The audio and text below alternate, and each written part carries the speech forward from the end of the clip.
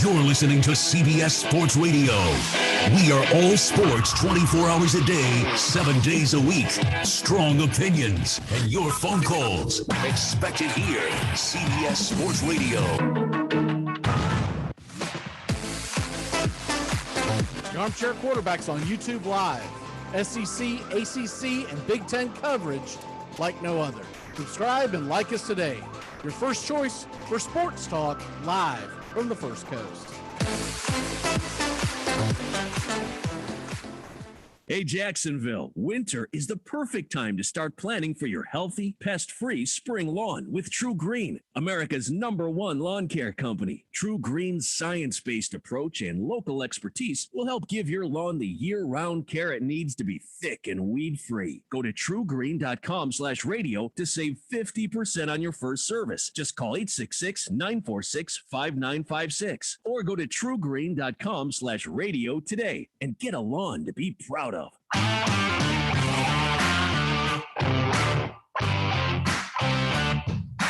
Get your Sunday football morning started off right with the Handicappers. Armchair Quarterbacks YouTube, 10 a.m. Eastern to noon Eastern. Your Sunday morning kickoff show where we tackle your NFL lines out in the desert. A 61.2% win rate over the last 6 years. Against the spread, over, under, money line, you name it. We dive into the world of fantasy football, year-long, and your DFS payouts. The only true Southern football kickoff show that talks the spreads in Vegas, your DFS and fantasy, and your year-long quest to win that fantasy football championship. Only on the Armchair Quarterbacks YouTube channel. It's the Handicappers on Armchair Quarterbacks YouTube, 10 a.m. Eastern to noon Eastern. Sundays, all NFL season long.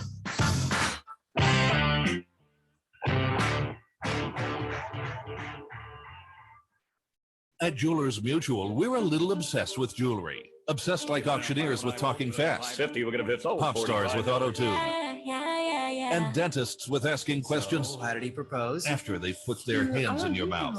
Great. Yes, we've made jewelry our obsession for over 100 years. We love it so much, we named our kids Ruby, Amber, and Opal. Venti soy latte for Opal? At Jewelers Mutual, we insure jewelry and only jewelry, which is why people who are also obsessed with jewelry trust us with theirs. Saturday mornings, 8:30 Eastern. Dixie Football Nation is back and better than ever. We've got Tony Agolini, Matt Carr, Tones Ariola, Bobby and Angelo, along with Mac McGee this fall. Dixie Football Nation heads to the gridiron, talking ACC, SEC, the Big Ten, and all the big games throughout the college football land. That's Dixie Football Nation, 8:30 Eastern, 7:30 Central, Saturday mornings on the Armchair Quarterback Show's YouTube channel, going live, or catch the instant replay. Take the road less traveled in the newly redesigned Hyundai Santa Fe. With available H-Track all-wheel drive to help you get off the beaten path a little further together. And intuitive safety features that can help you see what's waiting around the bend. Plus, with generous room for 5 and comfortable available Napa leather seating, you can go for more drives as a family without driving each other crazy. Find new adventures together in the Hyundai Santa Fe. I'm Amy Lawrence, and I'm up late, always, after hours, hanging out with you on CBS Sports Radio. Check it out, 2 a.m. Eastern, 11 p.m. Pacific. Yeah, to the ball game. Get caught up with the big stories from around the world in sports in just a few minutes. Take Me Out to the Ball Game today, weekdays. Armchair Quarterbacks on YouTube. Baseball, football, basketball, whatever's trending in the world of sports, it's on Take Me Out to the Ball Game today in just a few minutes. It drops weekdays, 9:30 a.m. Eastern, as Wake Up Y'all is ending. Take Me Out to the Ball Game today on the Armchair Quarterbacks YouTube channel. Take me out to the ball game. The Armchair Quarterbacks on YouTube Live, covering the AFC South and NFC South along with the rest of the NFL. Subscribe and like us today. Your first choice for sports talk live from the First Coast.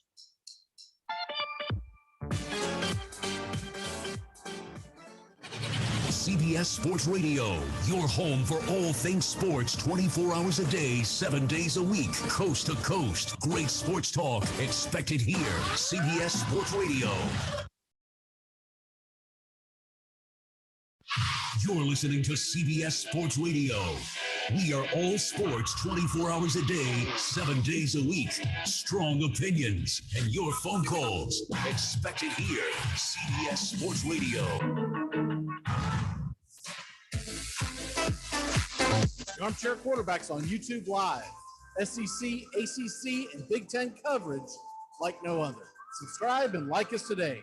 Your first choice for sports talk live from the First Coast.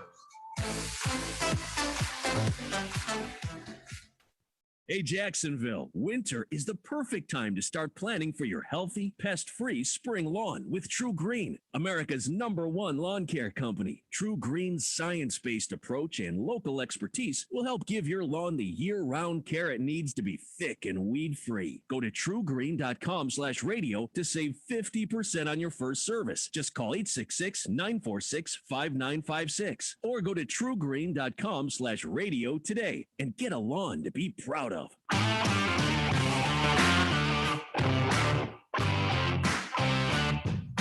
Get your Sunday football morning started off right with the Handicappers on Armchair Quarterbacks YouTube, 10 a.m. Eastern to noon Eastern. Your Sunday morning kickoff show where we tackle your NFL lines out in the desert, a 61.2% win rate over the last 6 years. Against the spread, over, under, money line, you name it. And we dive into the world of fantasy football year long in your DFS payouts. The only true Southern football kickoff show that talks the spreads in Vegas, your DFS and fantasy in your year-long quest to win that fantasy football championship. Only on the Armchair Quarterbacks YouTube channel. It's the Handicappers on Armchair Quarterbacks YouTube, 10 a.m. Eastern to noon Eastern. Sundays, all NFL season long.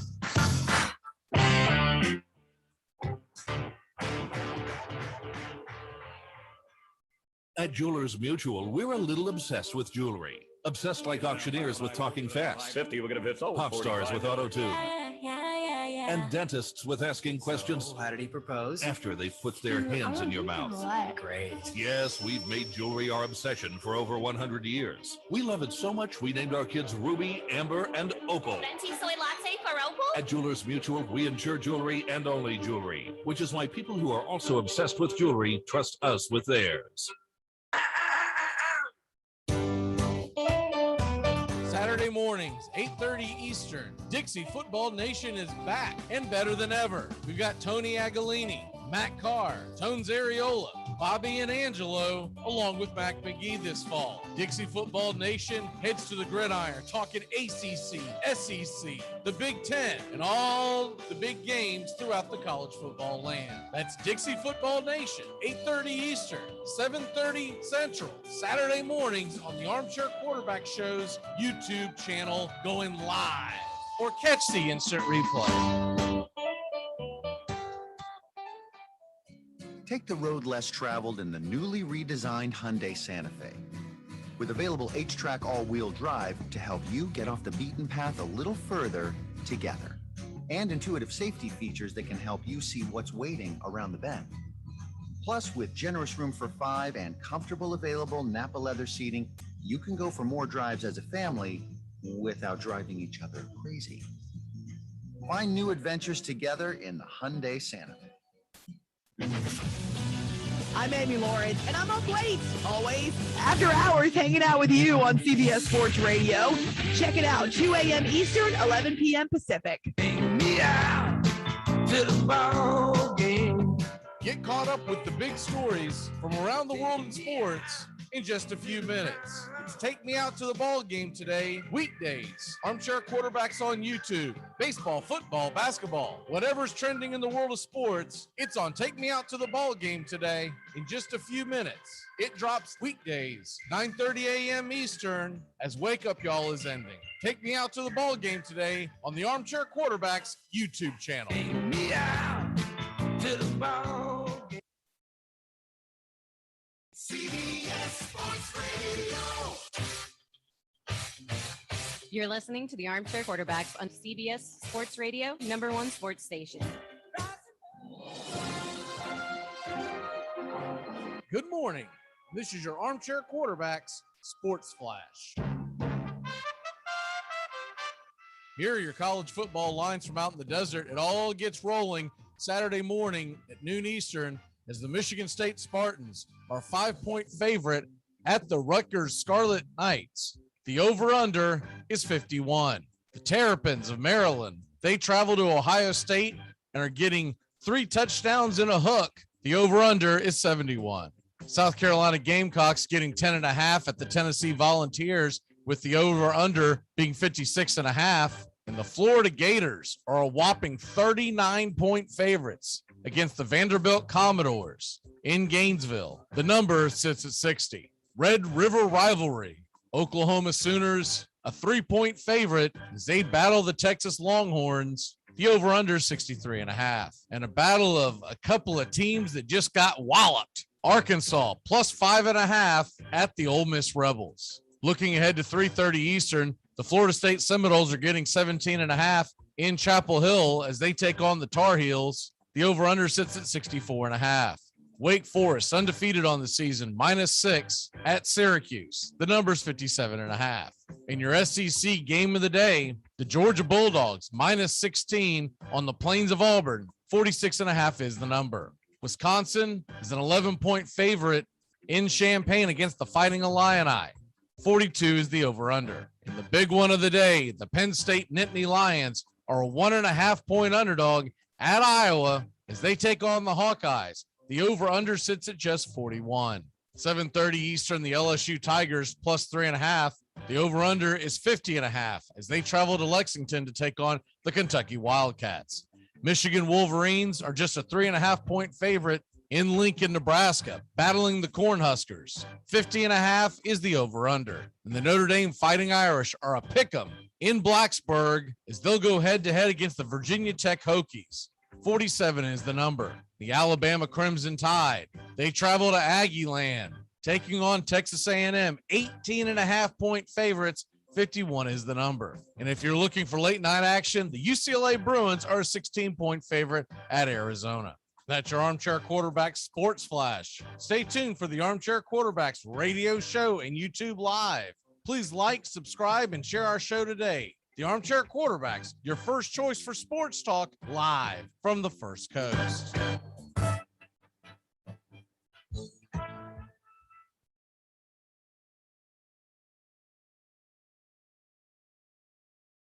Ladies and gentlemen, here is the latest bulletin from the Intercontinental Radio News. In the meantime, we take you to the Hotel Martinet in Brooklyn, where Bobby Millett and his orchestra are offering a program of dance music. Ladies and gentlemen, we interrupt our program of dance music to bring you a special bulletin from the Intercontinental Radio News. Take me out to the ball game. Take me out to the crowd.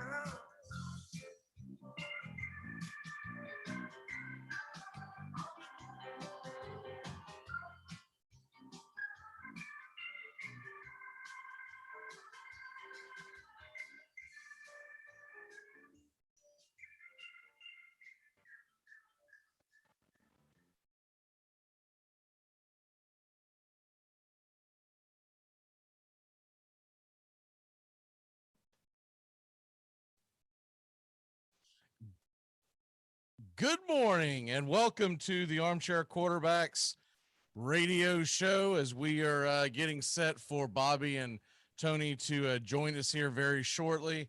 And we're just going to go over some few notes, news and notes before we get going here, and video. We'll turn that on here in a second as well. But we're starting this off with old time radio show.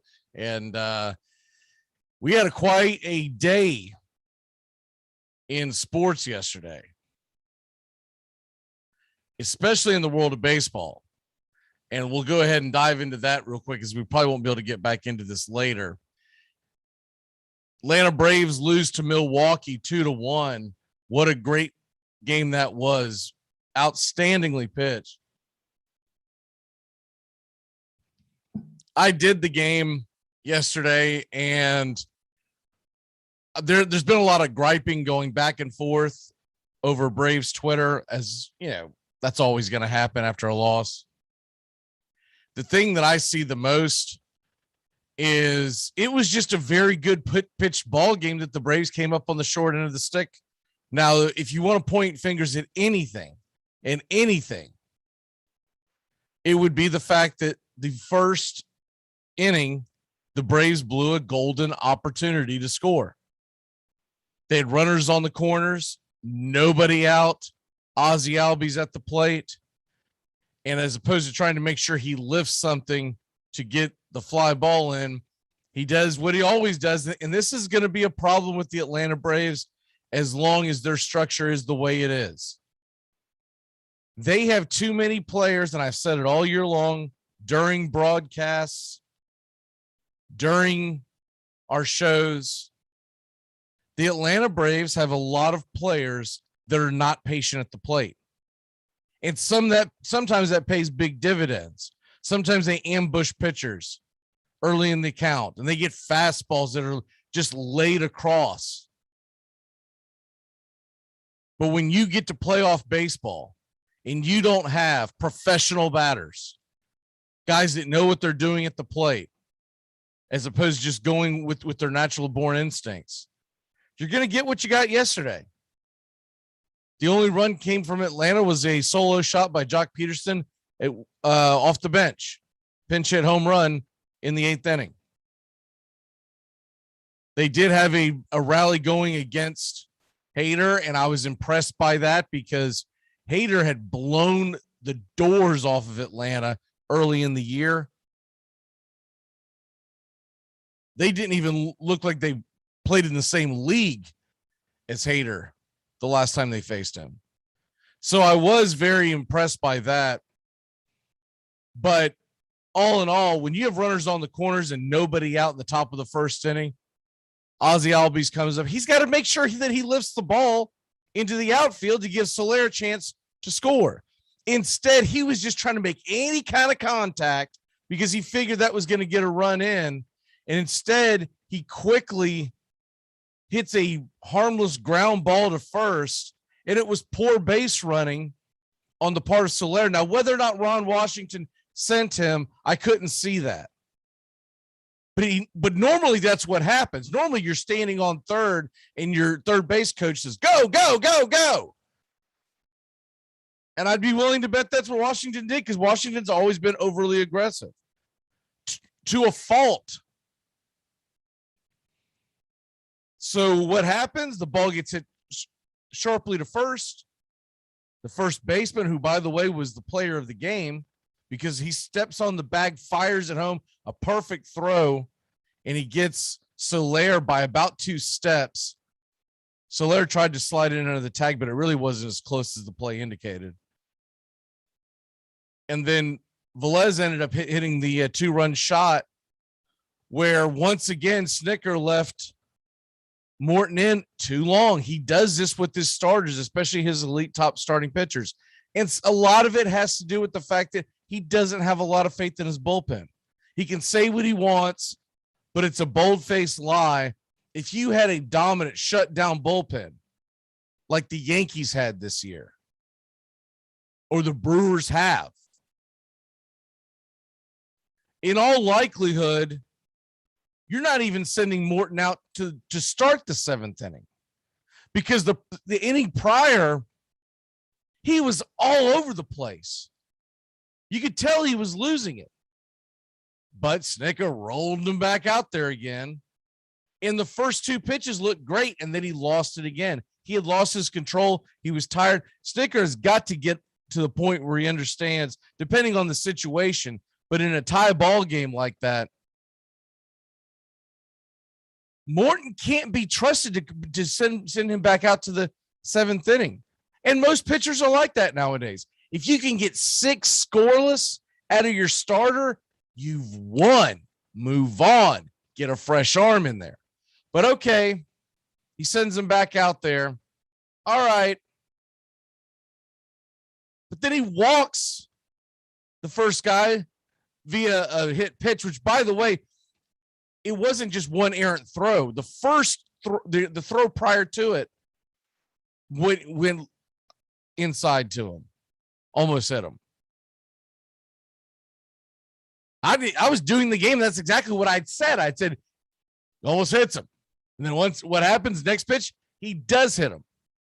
Right then you would think Snicker would go out there to go get him. Nope.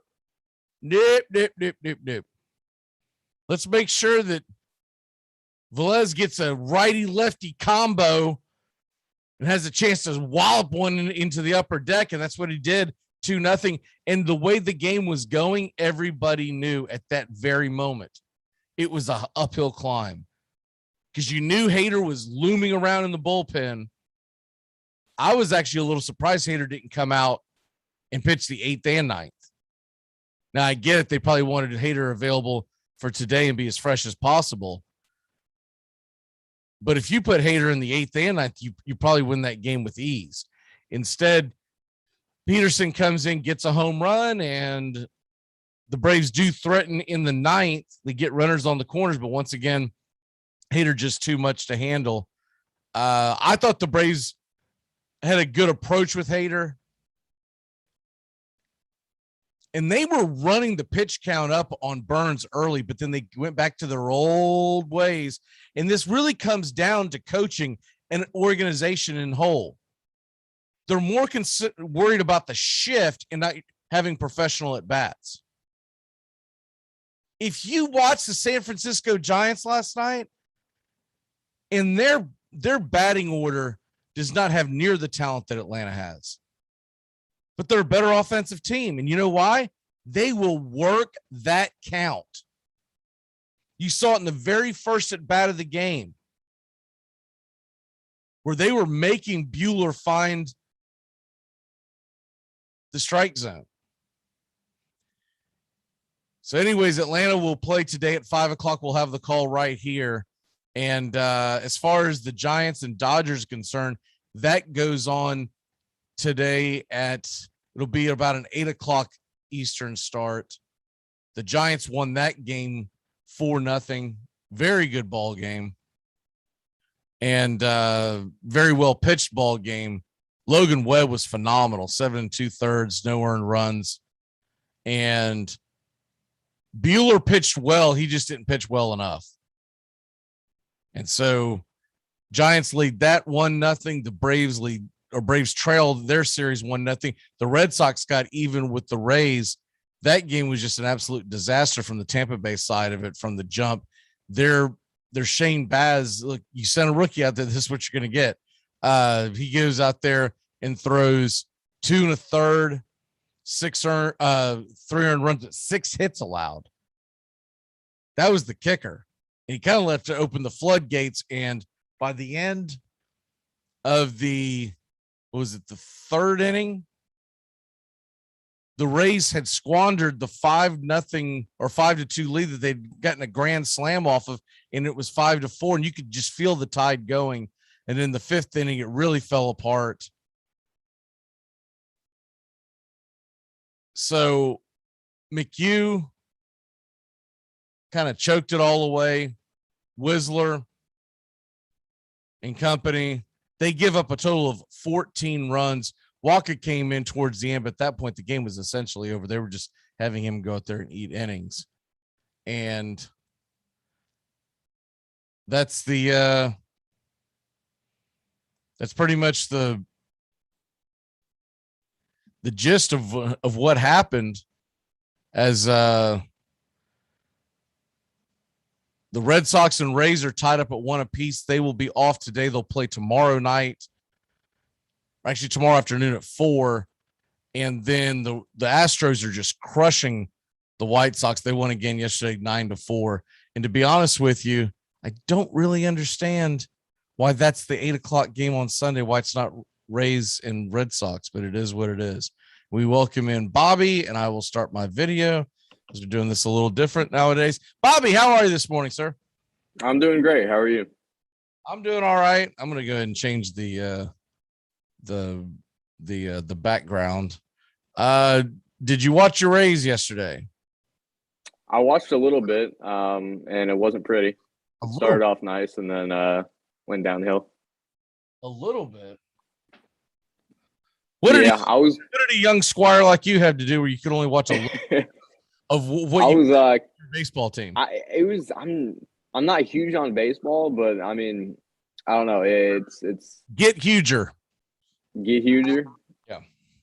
Got it.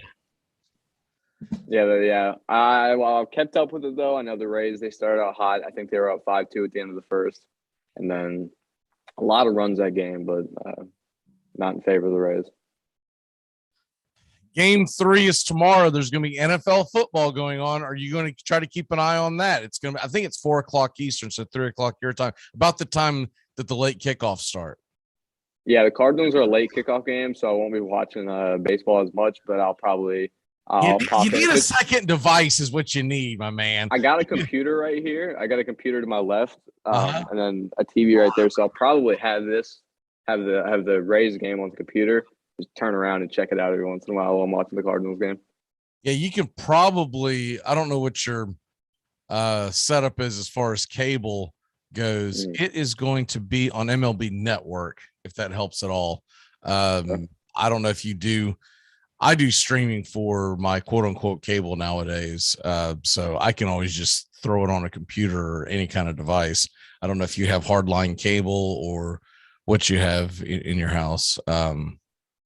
Because I'm assuming that you're still living at the Casa de Parents. No, I'm not living with my parents right now. But what I use for like sports and stuff, I use Sunday Ticket for football, and then I have the Hulu thing. Okay, so instead of cable, so gotcha. It kind of cuts out all the extra stuff except for sports, really. Gotcha. So it's basically the same thing. I have YouTube TV, which is essentially the same thing. I like YouTube TV better, but there's a million reasons we don't have time to get into that. But anyways, all right. So we'll push the baseball aside. Tony should be coming in here. Here he comes. And let's go ahead and get in as Tony joins us. Little Florida Gator football today. I know it's not quite as exciting playing Vanderbilt, but the game will take place, and it's a noon Eastern, which I guess is good for Gator country because you kind of get the game over with in a terrible opponent in Vanderbilt. Then you can get on with your day watching, the bigger sporting events. Tony, how are you this morning? Good, man. How are you? Good. Vandy week. Woo! What's that? It's Vandy week. It just means more. It really is. Are you going to the game today? Yes, I'm leaving at 9:00. So okay, I'll hop off at 9 and maybe join you guys once I get over the bridge there. Okay, gotcha. All right. So when we get to this stupid underdog, actually, let me see how we got this thing. I've got this thing all back asswards. Okay, you will have the first pick today, so you can pick your stupid underdog whenever, and then we can go from there. Because you have proudly secured last place so far. DFL. You've had some close ones, but the Florida Vanderbilt game, 39-point spread. I think the over-under, the last time I saw it, it was right at 60. It's been going back and forth, 59.5 to 60. I don't think 39 is enough. And here's the thing. I don't think Vanderbilt scores. So if there are 60 points put up, I think Florida puts up at least 50 of them. Vanderbilt has not shown me in any capacity that they are a functioning Southeastern Conference football team. They're going to go into Gainesville where they just lost. They've got to be looking to run the score up. What say you, Tony, on this game? Like, what is the motivation? Are you concerned at all with any kind of look ahead? Not where they would lose, but where they would look sluggish and not cover the spread? I hope not. I mean, it's a group that just lost in Lexington for the first time since probably way before Bobby was born and almost before I was born, 1986, although I do remember listening to it on the radio. In 1986, were you like a sophomore in college? Yes. I was a third grader, and since we were on probation, the game wasn't on TV. So that's probably a That's another history lesson show probably that you and I are that's probably something that Bobby has no idea went down in the dirty waters of Charlie Pell. Yeah, but I'm with you. Like as far as the line goes, I think Florida will probably cover unless Vandy scores some late touchdowns against the second or third team. Hopefully the guys are ticked today.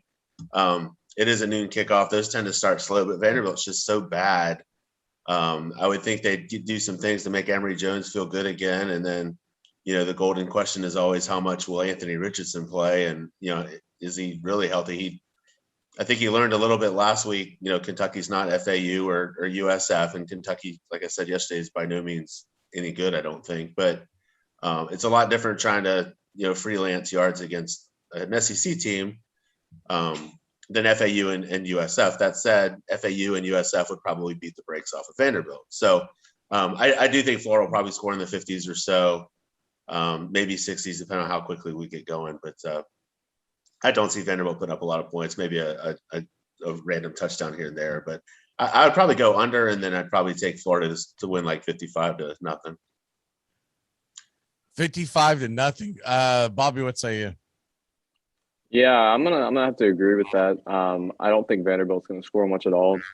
They didn't do anything last week, I believe, against Georgia. And granted, we're not as good of a defense, but I still don't. Vanderbilt is just not a good team, frankly. I think Florida's gonna come out very motivated after last week. I don't want to put too much stock in them again, but I do think it's a different week, and I think they're gonna be a little bit more fired up. I think they're gonna be angry.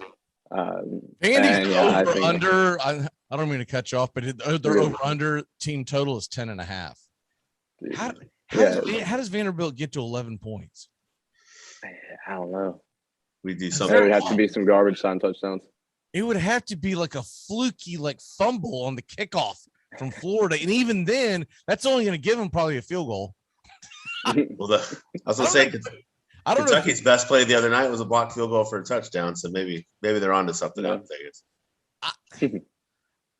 I think Vanderbilt will have a very difficult time scoring an offensive touchdown. I know they don't have quite the shutdown defense that Georgia does, but Georgia shut them out.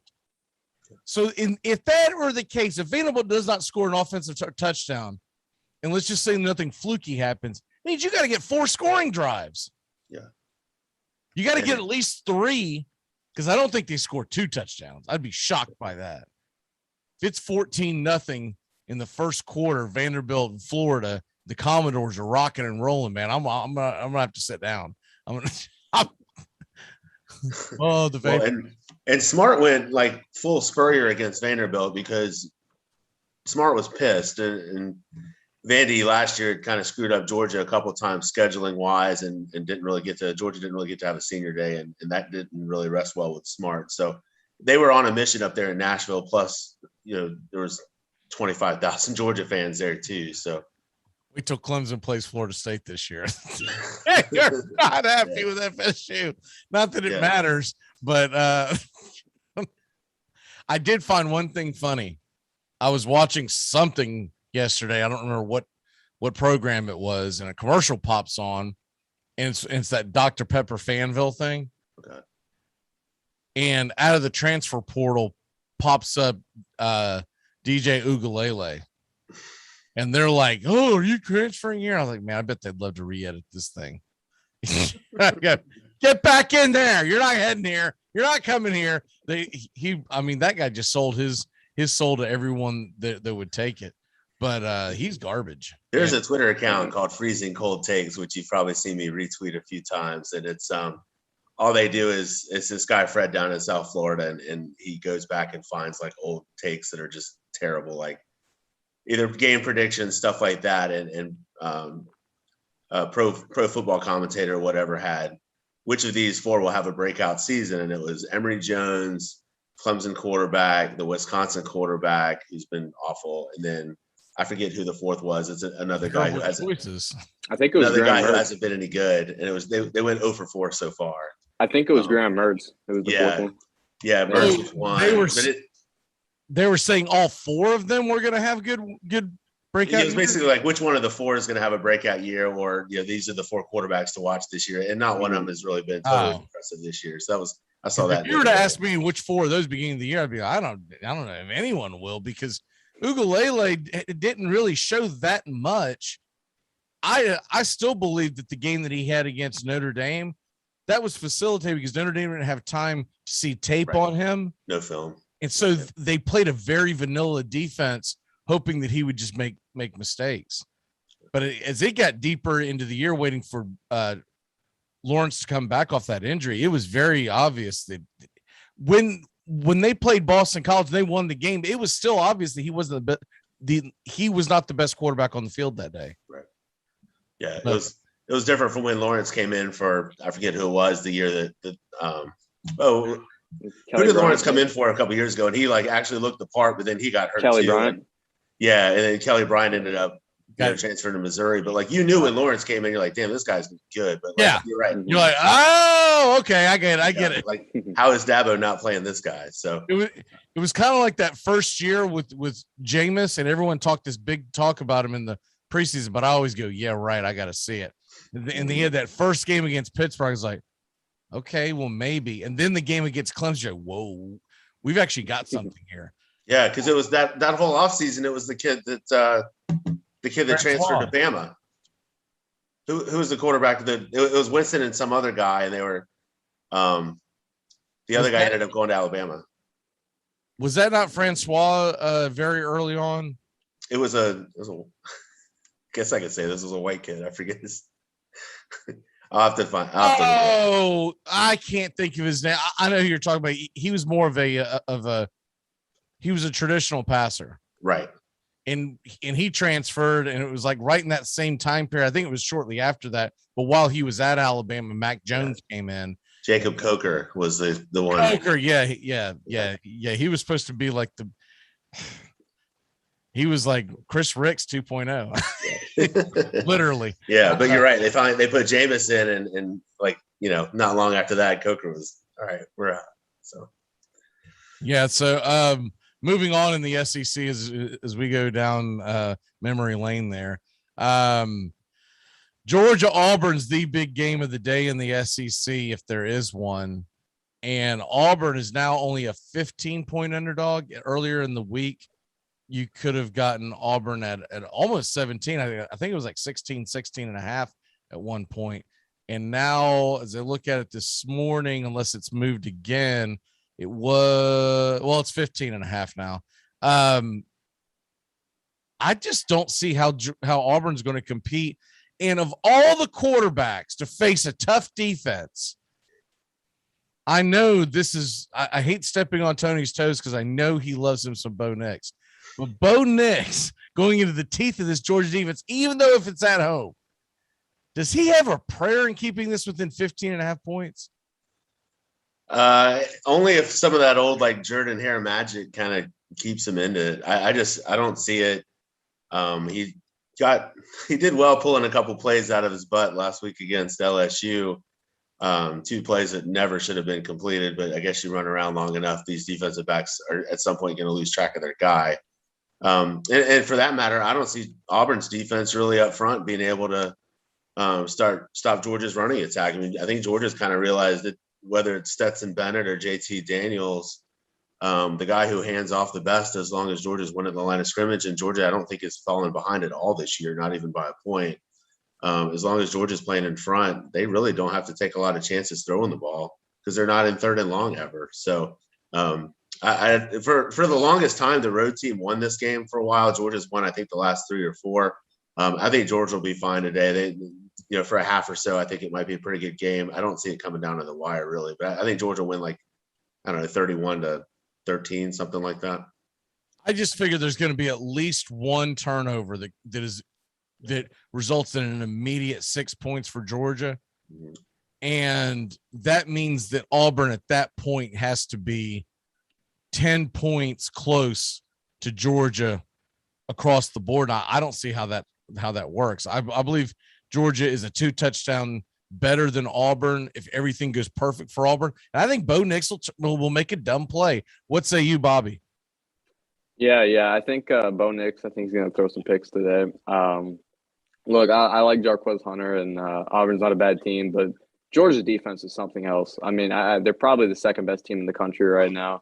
They're playing outstanding. We saw what they did to Vandy last week, given it was the Vandy. But you said first still, by the way. I don't know. It's hard to put them over Bama, but they probably are, honestly. It's hard to put Bama over Georgia, man. I'm telling you right now. Georgia's a great team. Georgia's a great team. That defense is incredible. Can we just cancel the playoffs and have that SEC championship game have a winner take? Well, that'll probably what it ends up being, honestly. Just whoever loses to get the 4th seed. And then I know, but I don't want to see a rematch in college football. Yeah. They are the worst. So they won't eliminate one of them from the playoffs. Can we just make that the winner take all, and then we'll have some kind of invitational with the rest of the teams? Because it literally is. It's Alabama and Georgia, and then everyone else in the country is like, maybe the Cincinnatis and Iowas and Penn States are up here, but then well below that is everybody else. It's just not even close. I would maybe give Iowa a fighting chance, but that's about it, really. Iowa plays the kind of game that would play well against Georgia. I don't know if they faced Alabama, what kind of game that would be. Yeah, but still, with this game, Georgia, they look incredible so far. I don't think this will be a close game. I think it'll be a blowout. I wouldn't let the ranking fool you for Auburn. Georgia's a much better team. Yeah, and with that being said, so basically both of y'all are saying take Georgia minus the points. Yeah, I agree. Yeah. I think Auburn's actually a little bit better than I thought they would be going into the season. They're not ready for this Georgia team though. 46.5 is the over. Would any of y'all be crazy enough to take the over? Think this could be high scoring enough to get to 47 points? My prediction wouldn't make it, but that's going to kind of be up to Bo Nix throwing picks. You can't give Georgia a short field either. Even if it's not a pick six, you give up a pick and Georgia's at your 25. It's tough, especially when they're running the ball pretty much at will. And Georgia lost a couple of these wide receivers, but like I said, if you're not falling behind, you're not having to throw the ball every play. So I wasn't really I was born, but I wasn't really watching in 1980. My memory hadn't really started yet. But from everything I read, that 1980 team, the Junkyard Dog defense played really well, and they ran the ball. And Buck Bellew was throwing the ball 11, 12 times a game. And that's kind of what Stetson Bennett and JT Daniels are doing because they don't have to do anything else. So there's so many parallels right now between this season. Like in 1980, I think they had the same number of shutouts that they have so far. There's just some other random stuff. So, maybe the stars are aligned and this is Georgia's year. Still some games to play, but right now I'm kind of with you guys. I think Georgia's the best team in the country. I do want to see what happens if they ever do fall behind this season and they actually have to throw the ball a little bit. I don't know if we'll ever get to see that because that defense and when you say fall behind, I'm thinking you're saying by more than one score.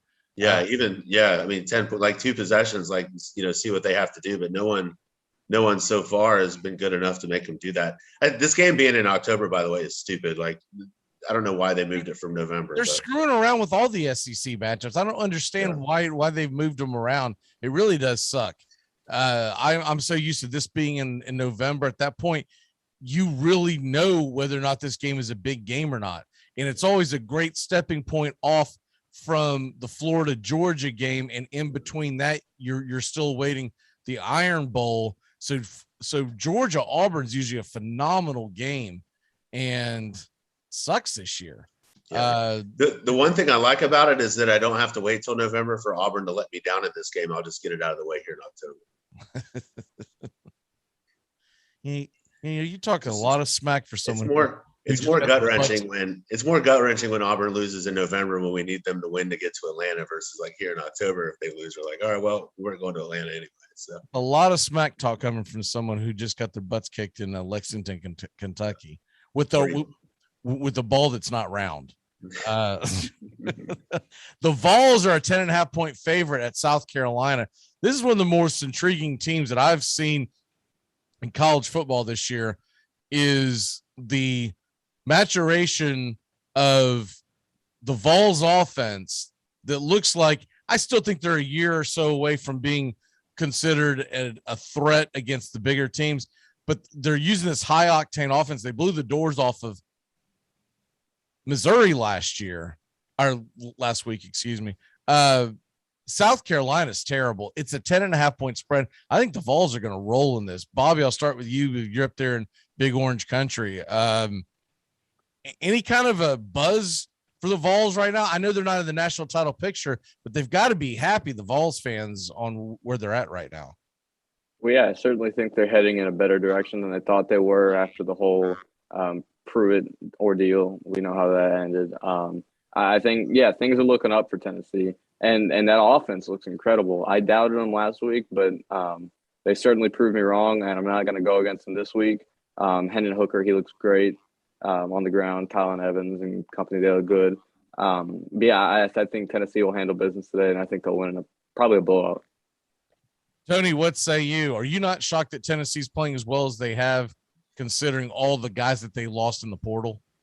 Yeah, and I don't know what in the world happened last week in Columbia, because every time I flipped it back, there was another score. So they finally found a guy in Hendon Hooker, the Virginia Tech transfer, that seems to actually know what he's doing with Heupel's offense, and he's not overthrowing guys by 30 yards like Joe Milton was doing for weeks and weeks. And actually, Tennessee against Florida had a few shots downfield that they overthrew on blown coverages, and if you hit a couple of those, who knows what happens in that game. So.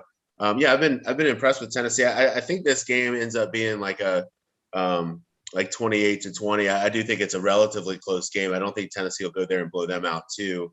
But I'm with you on South Carolina. They got their quarterback a couple weeks ago, so they've been a little bit better. They kind of sleptwalked through that Troy game last week, and really were lucky to get a win there. That game was in doubt for a while before Carolina put it away. But I think. Beamer's got a long way to go there. South Carolina just wants to go like 8-4 every year and kind of be done with it. And if he can keep them at that level, the fans will be happy, I think.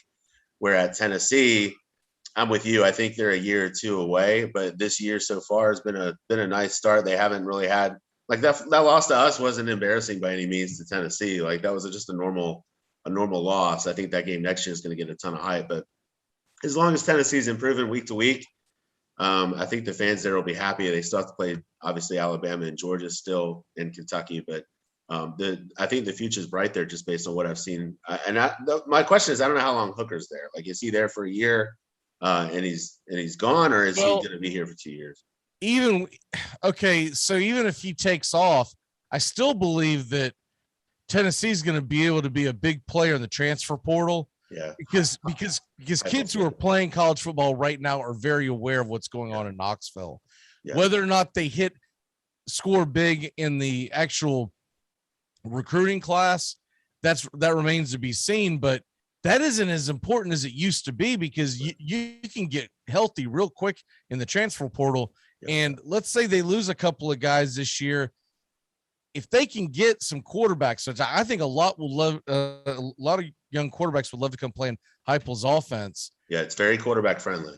And then if you can get some receivers in the recruiting classes, you could have something going on there in Knoxville. Even if it doesn't translate to a bunch of wins on the field, if the excitement is there, the kids will come, and they're going to be a thorn in everybody's side. Alabama A&M, it's an 18-point spread. The over-under is 51. This is the CBS night game. I was shocked. I did not know this until last night. I was writing down the lineup, and I was like, it's at 8 with CBS. So, oof. I mean, you could have got everyone psyched up about this 2 weeks ago.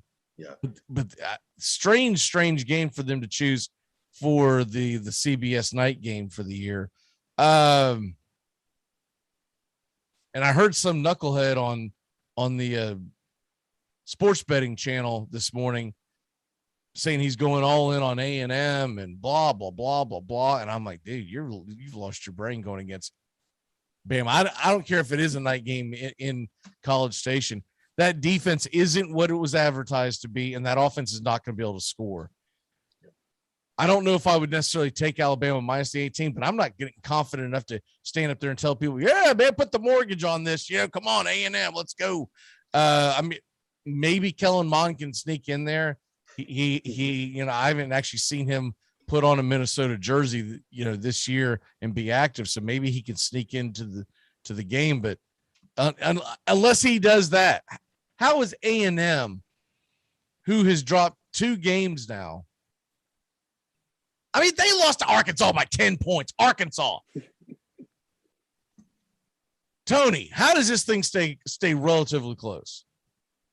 Only if Alabama does what they did against us and get up 21-3, and then kind of take the foot off the gas in the second half and let A&M back into it. But I don't see it. A&M, not only have they lost a few games, they're also beat up. Like, their top 2 cornerbacks, I don't think are going to play.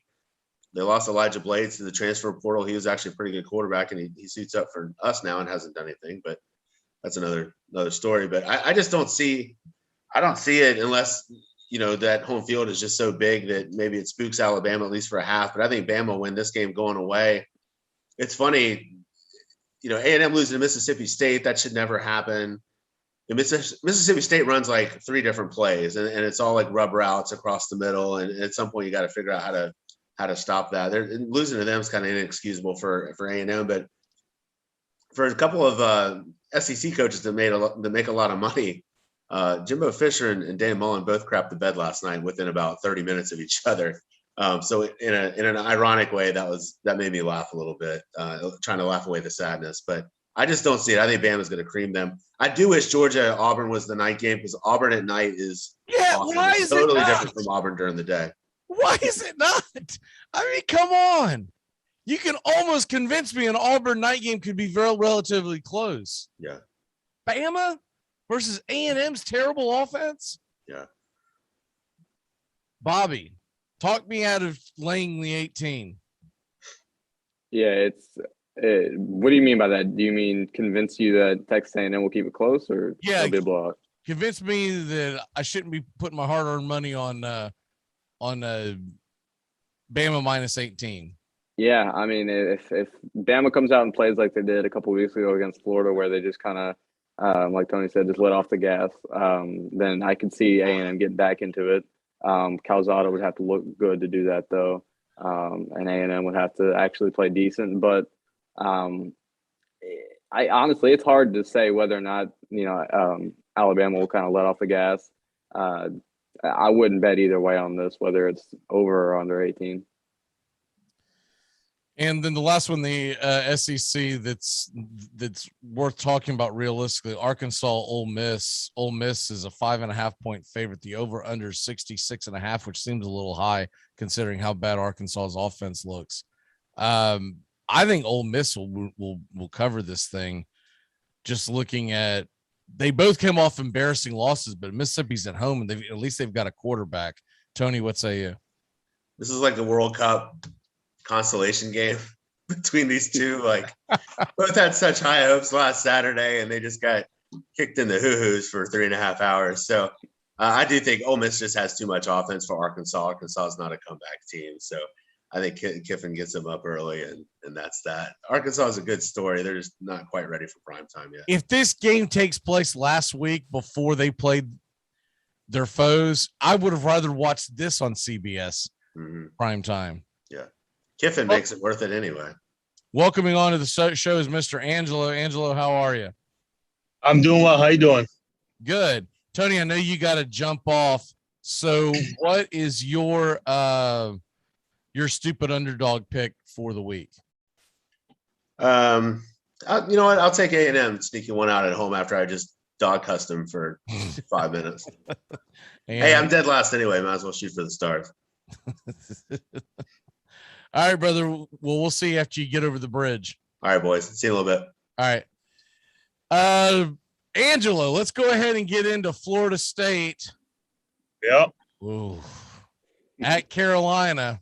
I saw the replay of the Carolina-Florida State game was on late last night. I think it was ACC Network or something. So if Carolina has forgotten about losing their national championship hopes in Tallahassee, ESPN reminded them last night. Any chance that history repeats itself and we get 17 turnovers in the first half and squeak the game out by 3? No. No shot. I was thinking about this because I knew that we would be talking obviously about the game, and I was like, do I see any path to victory? Not really. I mean, again, you'd have to get turnovers. We haven't gotten that many turnovers this year. Not even just turnovers, but maybe a fumbled punt, pick six, scoop and score on a fumble, something like that. We're going to need to get a couple of those. I think they're just going to pile on the points. It's not going to be a low scoring game. I just don't think that our defense will be able to stop them, and then we'll be able to score enough points. For some reason, I don't have it jotted down. What is the over under in this game? Give me 1 second. Thought it was pretty high, but let me see here. 3:30 kickoff. The good news is it's a 3:30 kickoff, so can I kind of get lost in the muck of all the games of importance? Right. I don't. For some reason, it's not on the board. Maybe they took it. Oh, here it is. 64. 64. I don't think that's high enough. I was gonna say, I could see it being like a 45-17 game, something like that. Yeah, the way they're projecting it, they've got it 41-23. I don't know if Florida State can score 23. No, but I don't think so. But I'm with you. I could see Carolina scoring around 50 by themselves. Yep. There's no way I would take Florida State on the team total over 23. They're only, this is almost like the Vanderbilt conversation we had, Bobby, where you're going to have to get like a couple of defensive turnovers, like inside the one to be able to push it through. Because even if they get a couple of turnovers inside just the 10, Norvell will find a way to screw that up and try to run like 3 consecutive Wildcats, and they'll do a Wildcat with the tight end or something. Yeah, lose 9 end around. Yeah, be first and goal from the 46 after 2 end arounds, a Wildcat, and 4 holding penalties, and a late shove out of bounds, and they'll be trying to throw a Hail Mary in there at the end. I think he just thinks too, like he tries to think outside the box. Just run the ball. I mean, we have the 8th. Yeah, I was gonna say we have the 8th and 9th best running backs in yards per carry, something like that in the country, first and second in the ACC. Give them the ball. Is that just because when they finally do hand it to them, everybody's so shocked that they're just not paying attention? I wonder how much they would average if they got the carries that they've obviously proved that they deserve. You got a two-headed monster there. They have wiggle. I mean, Corbin. Yeah, no, I know. I was gonna say Ward has the wiggle, right? Number 8 when he's going in between the blocks, and then you have Corbin, who kind of like is the punisher. Toafili, I guess, is the guy that they like to throw to in third down situations. But I don't know. I think you just got to feed them the ball, do a lot of RPOs, get good at that, especially if Travis is your quarterback.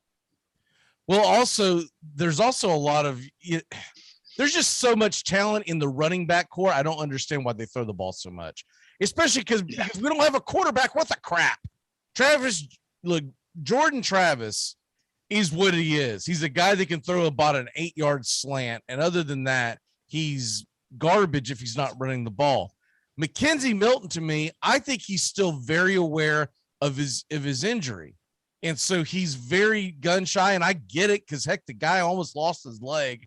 I just think all in all, they don't do well when they're not running the football, and I'm with you. I don't understand why why don't you make a commitment to it and say you got to stop me before I'm going to run and play action pass.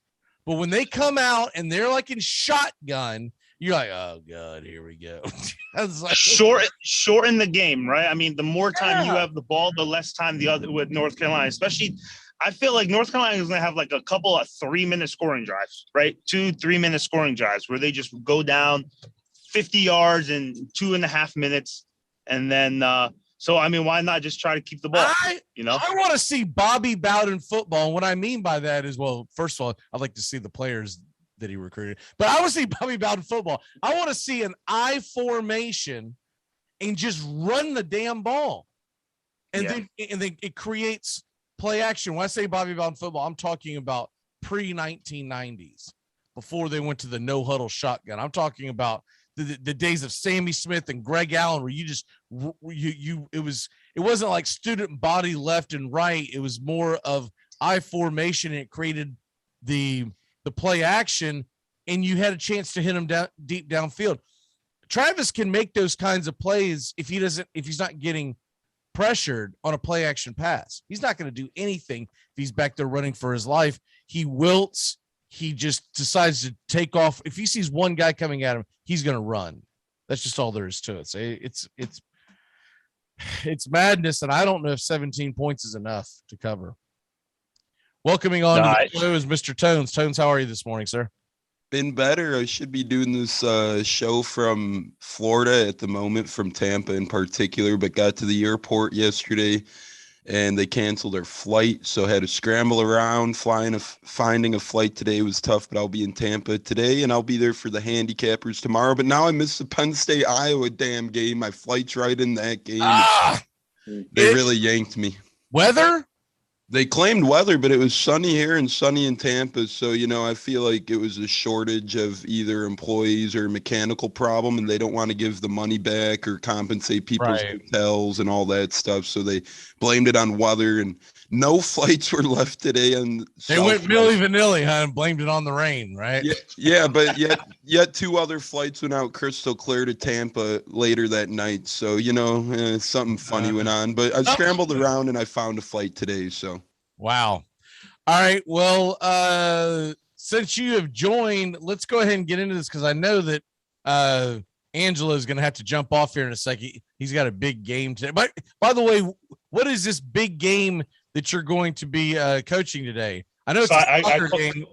Yeah, I coach high school high school soccer, and we're playing a team to make like the state playoffs. Wow. So okay. So the game's at 11. I'm at the school now. Got to catch a bus. It's about an hour ride, 45-minute ride. So that's what I'll be doing for that game. And we're the line. Hey, we're the underdog, so take us as a super underdog pick.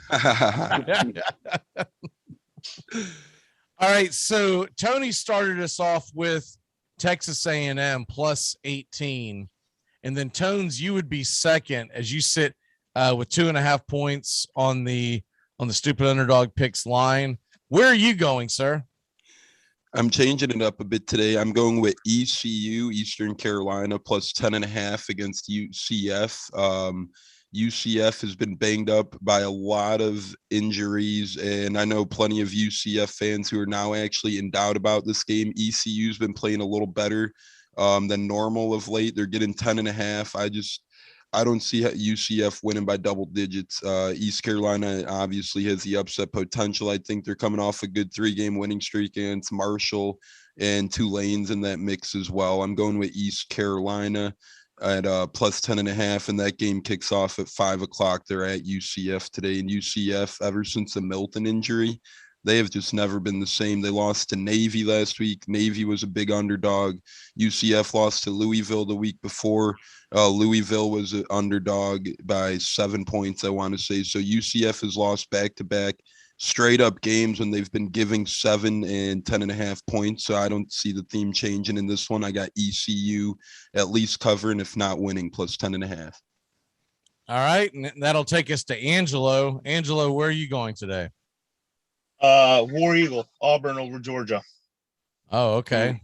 So you are giving them a chance. See what that line is. 15.5 this morning.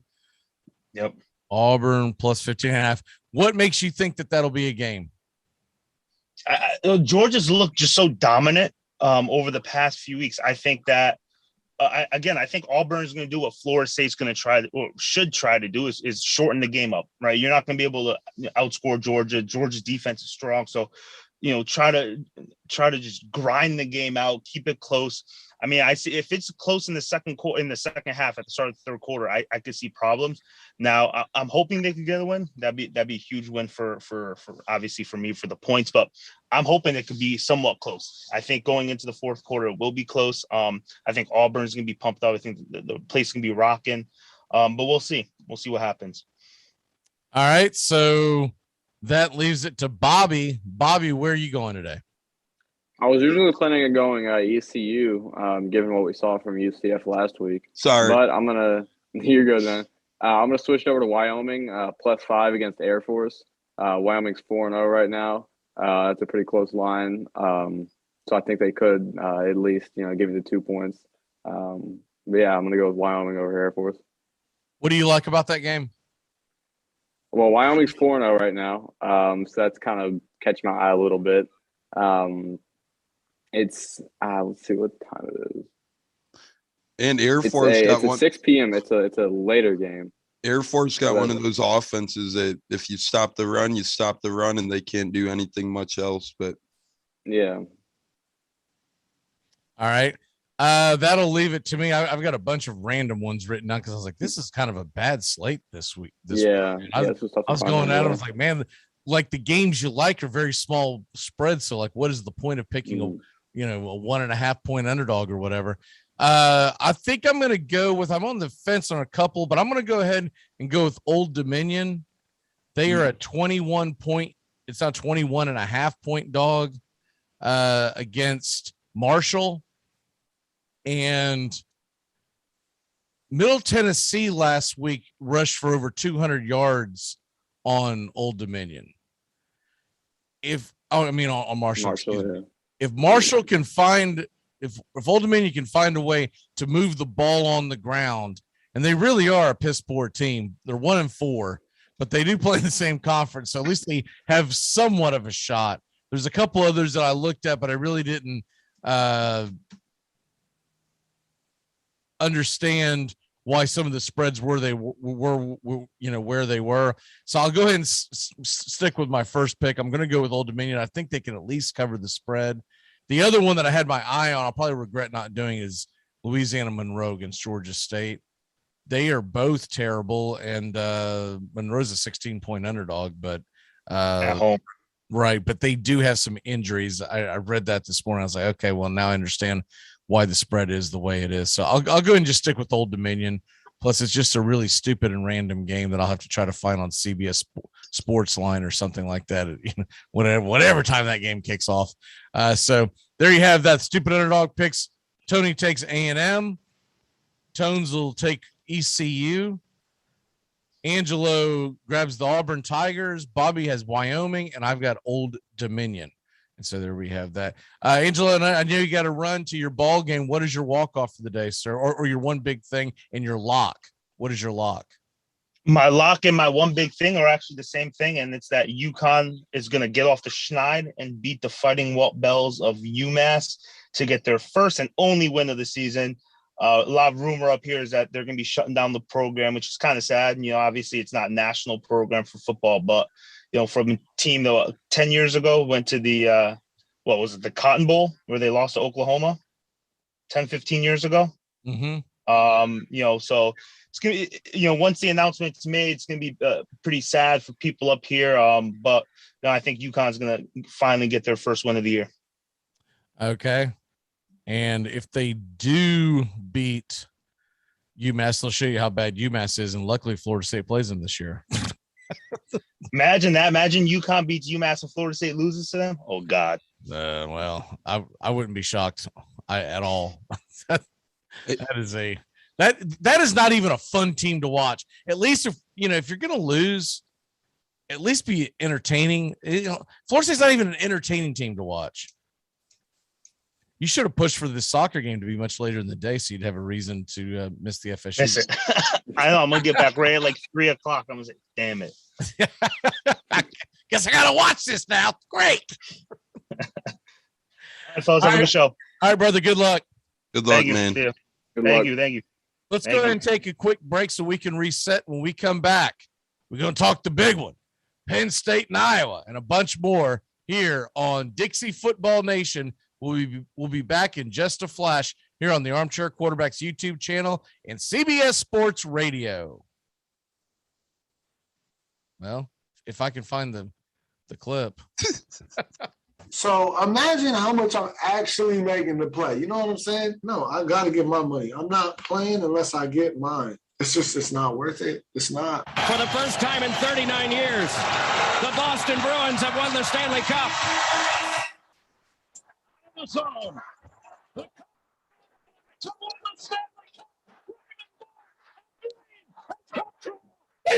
with 28.8 seconds left. The Leafs have tied the game. McCarty draws. McCarty in. McCarty scores! A magnificent goal. Darren McCarty. Armchair Quarterbacks Radio, covering the NHL like no other.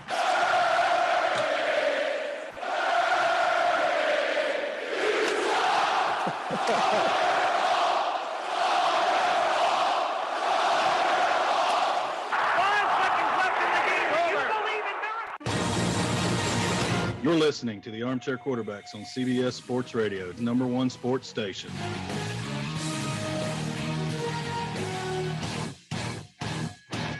I can't file.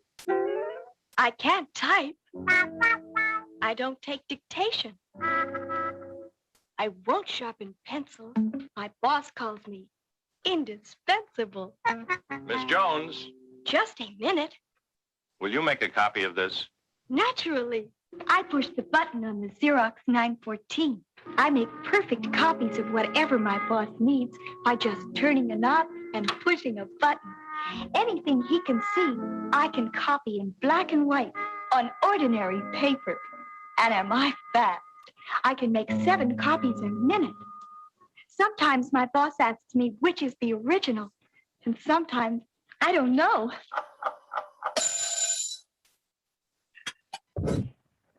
You're riding Morning Shotgun with the Armchair Quarterbacks. We're here weekdays, your first choice for sports talk here on the First Coast. What's going on here, guys? All right, Coach. So basically, it was a holding call. But these dudes started me in their fantasy league, which is cool because this dude started our quarterback, but he started our kicker, and I started their defense. So it's kind of a pickle. Compromising the integrity of this game with your fantasy football leagues? Listen to me. If there was holding, you make that holding call. I don't care if it was on our team or not. I care about this game too much to let you. Coach, you started their defense too, didn't you? Yeah, you definitely started their defense. Damn right I did. Armchair. If only the world was less like this. I could use a smoke. Hey, put that out. And more like this. I could use a smoke. You murderer! I might have children one day. Smoking kills, unless you kill first. If you're around a smoker, you will die. Smokers may look relaxed and like they're having fun. Don't believe it. Vote yes on Proposition 421. Let's outlaw smoking everywhere, even in people's homes, and allow honest citizens to legally kill anyone who smokes. Let's live in a world without smokers. Prohibition works. Let's prove it. Vote yes on Proposition 421. Armchair. Why are you the way that you are? I hate so much about the things that you choose to be.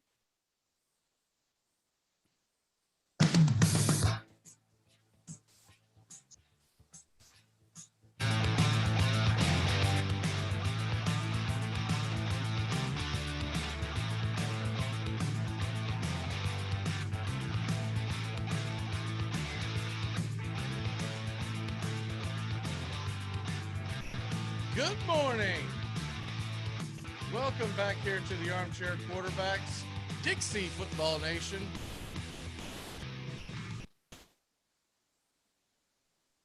And I am Mac McGee sitting alongside Tones Areola, Bobby the Kid. Bobby, before we dive into the Big Ten games, we did miss one SEC game, LSU getting 2.5 at Kentucky. And I know that the immediate reaction to everyone's going to be, well, Kentucky just beat Florida and blah, blah, blah, blah, blah. And they're at home and it's a night game. Mm-hmm. I think Kentucky could be right for the upset here. If that was a much bigger spread, I actually would have taken LSU in a stupid underdog. But I mean, what is the point of taking a 2.5 point spread in our scoring system? Do you give LSU a chance to keep this game? I think it's going to be a really low scoring game too, by the way. It's over under is 50.5. Mm-hmm.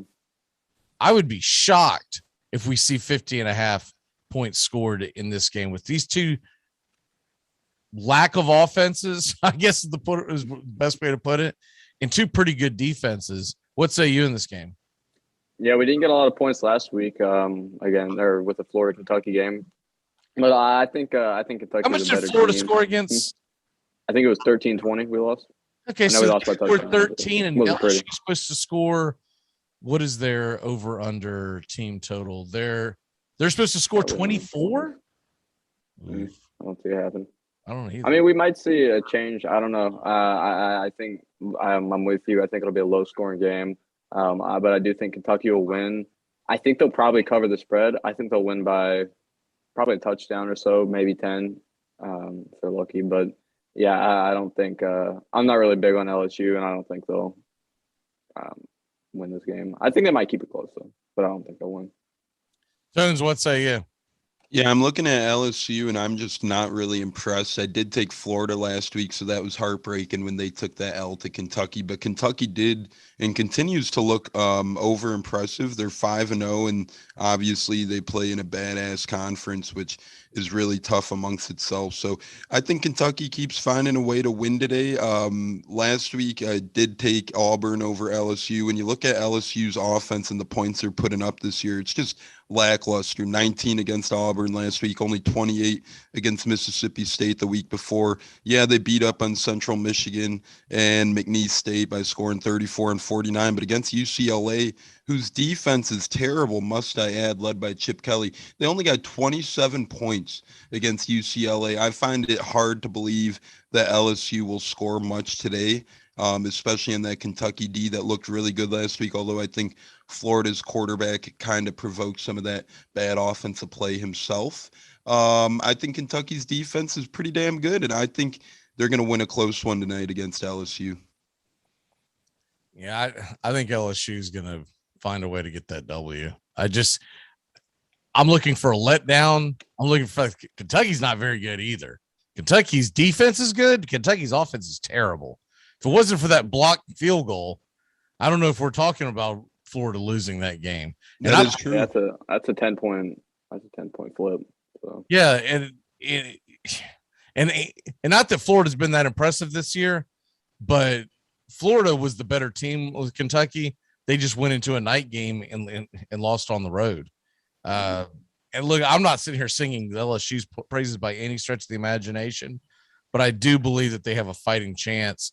And the fact that you're going to get 2.5 points with Kentucky, that game could easily come down to a 1-2 point spread. I like LSU to be able. It's strange that LSU would be an underdog to Kentucky. What in the hell's going on this year? You think about the grand scheme of that. If I'd have told you that 3 years ago after they won the national championship game, shut up, man. What are you on? Give me some of that. I think LSU was ranked coming into the year too. Kentucky wasn't nowhere near it, so it just kind of goes to show the tales of the two teams so far this season. Here's the other underlying factor is LSU loses that game. And we all know that they could lose that game, but if LSU loses that game, how much longer before you start hearing the rumblings about, crazy enough, just after winning a national championship a couple of years ago, they're going to start calling for Orgeron's head. Yeah, and that'll make them 3-3. If they lose tonight, they'll make them 3-3. And 2 of their wins against Central Michigan and McNeese State. This is LSU. Yeah. You know, I mean, that's fine if you're Kentucky. But you're not. This is LSU. There's a lot of money put into that program. They were talking about calling for his head last week in one of the SEC shows that I watch, and I thought it was a little odd because I'm thinking of it in a rational fan base perspective, where you're like, dude, we just won the national championship. This guy, that buys that guy at least 2 years of sucking. If he wants to suck for 2 years, all the players that he lost, et cetera, but LSU expects to be in it on a very regular basis. They had a bad year last year. Once again, I feel like the COVID year has got to be wiped clean for every coach. That's why I'm not necessarily beating the drum about firing Norvell. If they fire him, I'll be okay with them. If they keep him, I'll be like, I get it. You can't lose all that money with not having any fans in the stands and fire a coach, have to buy them out, et cetera, et cetera. But That is coming. If they lose this game, they'll play the Gators next week. Right now it's being laid as a 12 p.m. kickoff. I don't know if that's in stone or not. Advantage Florida, by the way, if that's a 12 p.m. kickoff. Because if that's not a night game, yeah, you basically just got another neutral site game. Because the And only even time if it is, well, the only time LSU, go ahead. the only time LSU's has that unfair advantage is when it's a night game in Baton Rouge. I've been there. A night game in Baton Rouge is a different animal. They drink like from like Thursday on, like they don't even go to sleep. And if it's a night game, they continue to just do this long tailgating. If it's a day game, man, they're fighting off the hangover, grabbing some coffee. It's more golf claps in the stands. You get a night game in Baton Rouge. It's just like Tallahassee. Florida State, their stadium crowd is very much like the LSU crowd. Day game, you catch Florida State in day game, whatever, dude. You get them in a night game. That's basically with 8 o'clock Eastern. Florida State fans have been up for a couple hours by then. They've gotten some breakfast and put some Bloody Marys and they're ready to roll. But you get a noon kickoff in Hassey, noon kickoff at LSU. Those fans are half asleep. They got a donut hanging out of their mouth going, where are we? Football? We don't play football with the daylight. What the hell's going on here? So if that stays at noon for Florida, whatever the spread is, take the Gators. Fair. And then after that, they play at Ole Miss, at Alabama, at home against Arkansas. Jeez. They could easily go, that's 5 games, including Kentucky? That's 5 right? games, and then they finish it off with the A&M. They do get Call me UL. crazy. They could go 0-5 in that stretch. I could definitely see that happen. Exactly. They could go a total of 1-6 down the stretch. They're 3-2. Oof. That's an ugly season. If they're 4-8, he does not survive it. And if they're that'll probably spell the end for Orgeron. If they fire Orgeron and you're a Florida State fan, you keep Norvell. You know why? Because you're going to be at the back of the pecking order. LSU and Southern Cal looking for a head coach. Just keep Norvell. Well, I wouldn't even really buy it when Orgeron does become open. I don't know if I'm a fan of a team, if I really want them. I think almost all of the success of LSU is accredited to Joe Brady and Joe Burrow. I don't think Orgeron's really. He did do a good job at USC. I thought he got a raw deal at USC. He wasn't one of them, so to speak, and so he got ran out of Los Angeles. Yeah. I think Ed Orgeron wishes he could go back to week 1 when he was talking crap to the UCLA fan. Come down here in your blue shirt, tough guy. I think he wishes he could go back to those days. Sissy Blue. Sissy Blue comment. That's what it was. As his team wears purple. Oh, okay, buddy. If you say so. All right. Well, let's go ahead and flip-flop over to the Big Ten and the game of the day that we will be locked in and watching while Tones is miles and miles over our head trying to pick it up somehow on some.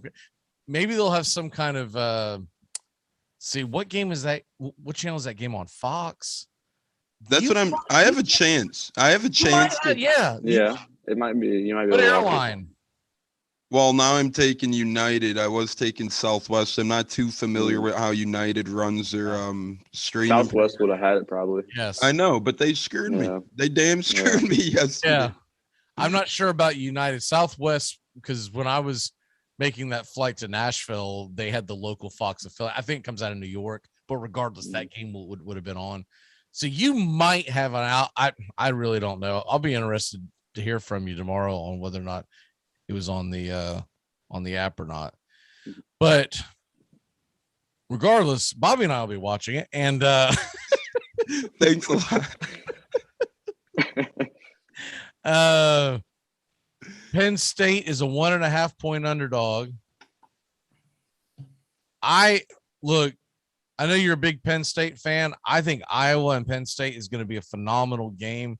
And I really think when this all said and done, the reason why I've been picking Iowa all the week is because it's in Iowa City. If that thing is in Penn State and it's like a night game with the whiteout, I'm taking Penn State all day long. I really think this comes down to home field advantage. But tell me why your Nittany Lions have a good chance of pulling off a mild upset. This is just the beginning to the build of their really, really strong to the end of the year schedule. So I feel like after last week against Indiana, the team got together and said, this is pretty much your playoff run. They're at Iowa today. In 2 weeks, they're at Ohio State. 2 weeks after that, they're home against Michigan. 2 weeks after that, they're at Michigan State. So they go on and off here of a week hard, a week. Not saying, some Big Ten games aren't hard, but those are their 4 hardest games. They're a week apart. I think they're doing a phenomenal job. Coach Franklin has them prepping really hard for this Great game. job of scheduling, by the way, not having to play any difficult games back to back. It was tremendous. And, before the year, they might have looked at Indiana last week as a hard one, and Iowa this week is maybe not so much. But you look at Iowa's defense, they're just playing incredible football. They made Tua's brother turn over Tunga Viola last week. He threw over 5 interceptions, I believe. He was looking lost out there. They made him look like his brother in the NFL. And there were all those rumors.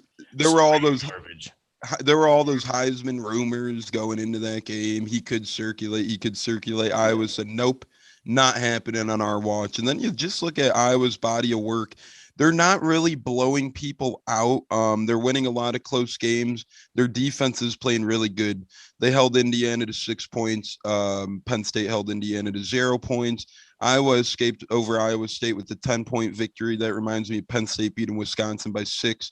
Iowa beat up on Kent State a little bit, played a close game against Colorado State. So Iowa isn't really blowing people out, although their defense is great. If Penn State could get some momentum going on the offensive side of the ball, and their quarterback play has really been phenomenal this year with Clifford. He hasn't really turned the ball over. He's making downfield throws. He has a high yards per game clip, although last week he didn't amass 200. He did throw 3 touchdowns, and their rushing has been promising when their pass game has taken a backseat as well. I know Iowa's defense is really stout, but if you find a way to bottle up Iowa's offense, you could handle them. They only beat Colorado State 24-14. I mean, you look at Penn State's schedule, they beat the slouches pretty bad, okay? They beat Ball State by over 30, and they beat Villanova. Villanova scored a late touchdown to make that game closer than it was. But Penn State beat up on the little guys where Iowa really hasn't. And I think that Penn State has a little bit better of a defense than Iowa, and I think their offense is a little bit better as well. Iowa has an easy schedule the rest of the way. I know this is kind of their quote unquote Super Bowl of the year at this given time, because after this, they got Purdue, Wisconsin, Northwestern, Minnesota, Illinois, Nebraska. They have a good chance at running the table if they do win this game. So, they're going to come out ready to play. What you just said was the reason why I took Iowa to get to the Big Ten championship game, because you looked at their schedule and you knew they had a couple of bumps in the road, but that was it. As far as Tunga Viola with a Heisman Trophy talk, what the hell were people thinking? I mean, I'd say about a quarter into that Iowa game, you got a big old. It was like, whoa, this guy. And I was already thinking before the game ever kicked, I was like, really? Maryland's got a Heisman Trophy winner?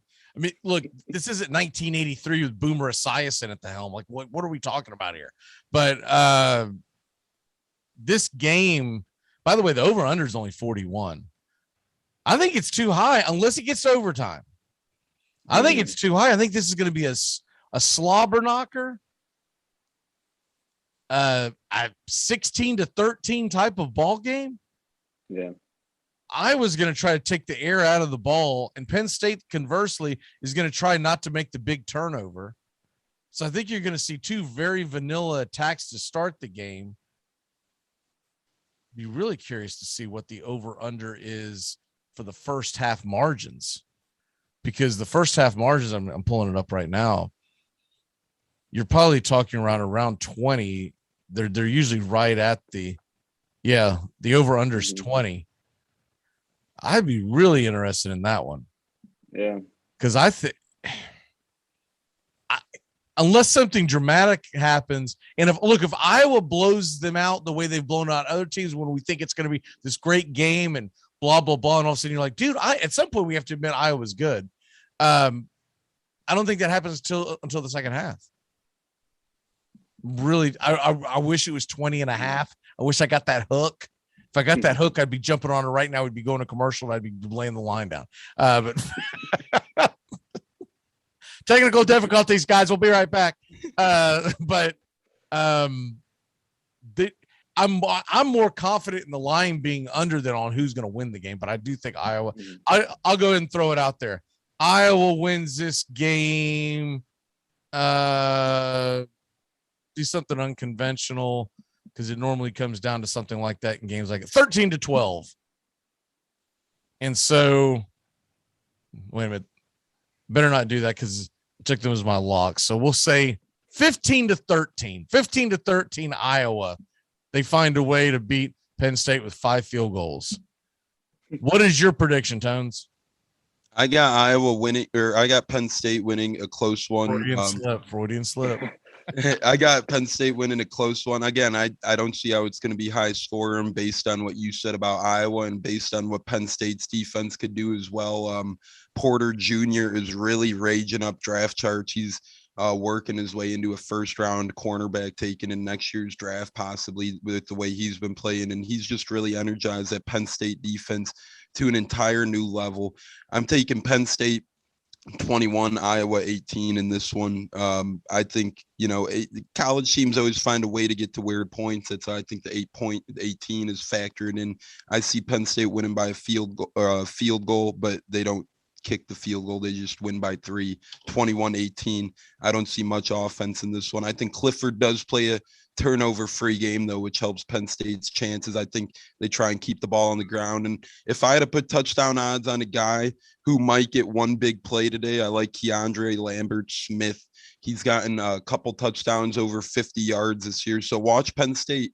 They're going to try and run, and then watch a PA deeper to Keandre Lambert-Smith. They'll try and connect with that once or twice today and hope it pays off. I'm going 21-18 Penn State.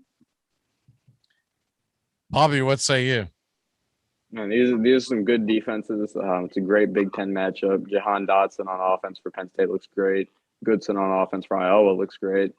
This is going to be a close one. It'll be low scoring. I'm going about 17-13 Iowa. I think this is going to be a great game. I'm going to say the home field advantage, though, kind of pushes Iowa over the edge. We have all but guaranteed this is going to be a shootout. Watch it be 49-44. Oh man, I think a lot of us. I think we just want like a close game at least. That's what we're kind of hoping for. I'll have at least one remote exploding against the wall around midway through the second quarter. Are you serious right now? Are you serious? Kind of feels like a classic Ravens Steelers matchup from back in the day where it's just going to be running and defense. And I think it's going to be the Tyler Goodson show, to be honest with you. I think they're just going to try to run on, because the last thing you want to do is put the ball into the hands of Petrus for more than what's the over under of pass attempts for Iowa to where they could still win the ball game? I think I would put it at like 22.5. If you get to 23 pass attempts, you're probably playing from behind, and that's not Iowa football. I like the under on Petrus passing yards. They got it at 205.5. I don't really see how. Really? I don't see that how high. Yeah, I don't see how he's getting to 205. Honestly, I don't either. Like, if they are, look, if you take Iowa, if you take Iowa on the money line or minus the points, you could hedge your bets by taking the under on the passing yards. Because if he has to get over 200 yards passing, unless there's some kind of a broken play, that means that Iowa's playing from behind, and that is not Iowa football. It's really strange that France has been there as long as he has, and I still think he's not a national name. I think he's a guy that everyone's like, oh, is he still coaching there? It's a cool story. Whoever wins this game, I'm going to be pulling for going forward, because I want to see something different in the college football playoffs. And I thought we might get it out of Indiana, but they've just absolutely disappointed to no end. So I'd like to see a Big Ten team that's not named Ohio State in the playoffs this year. And I think this is the best year we probably have that chance. As Mac highlighted, Iowa's schedule from here on out is very favorable. And if Penn State wins this one, I don't think anyone can stop him, because if someone stops him, I think it will be Iowa today personally, although Ohio State's playing better. And you're so right on Iowa's head coach, Kirk Ferentz. He's been there since 99. I got a couple buddies who went to Iowa. They just said he's always under the radar, low key. He doesn't really get even a lot of Iowa media attention. So, he's just finagling his way under the radar. Head coaching record of 185 and 127, 2 Big Ten championships, 9-8 bowl record. So he's had his moments, but just one of those guys who likes to stay at the bigger but smaller program in terms of, not a USC, not a Florida State, not a LSU type. Some guys are content like that. Others like James Franklin may not be. That's why he's been rumored for USC. So that has something to do with Iowa's big success this year too. If you have a coach that long, every now and then you're just going to have one of those amazing years. He's been there, done that, and he sees that schedule and he knows what can come of it. He builds the team around them. So kudos to Iowa for being able to keep a guy like that around this long, because whenever you have 21 plus years of continuity with head coach, 1 out of every 5 to 7 of those years gives you a chance at a Big Ten championship. And he's done. If you're an Iowa football fan, you've known 2 coaches your entire life. That's scary. At the most, right? I mean, unless you fought in the Great War, because it was Hayden Fry and then it was France. Yeah, and that would be the equivalent of going from Bobby Bowden to Jimbo Fisher, and Jimbo Fisher not being a punk and leaving, or Bill Cowher to Mike Tomlin. Yeah.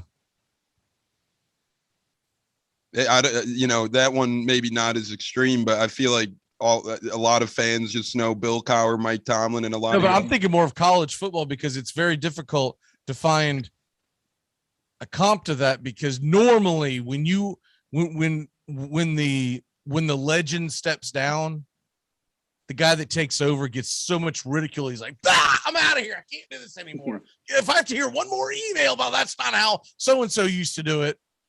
And it's very strange for Jimbo Fisher to win a national championship. Mm-hmm. And then even odder that he leaves after winning a national championship. So that whole thing, we'll probably never see it again in our lifetime. A legend steps down, the guy who precedes him or wins a national championship, then leaves on his own accord. Doesn't get run out of town like the way Ed Ogeron may get run out. Here's a strange little prop bet for you in that Iowa game. How about a team scoring 3 consecutive times, which I think could be very difficult in that game. 3 consecutive times in a low scoring ball game. If you take if you say no team is going to score 3 consecutive times, it's a plus 155. Jeez. Really? It's a minus. I just lost it, but it's like a minus 170, 180, 185, I think it was.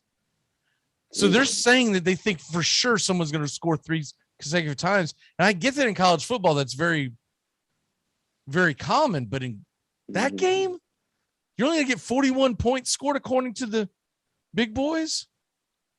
So what does that mean? That one of the teams is going to win 38-3?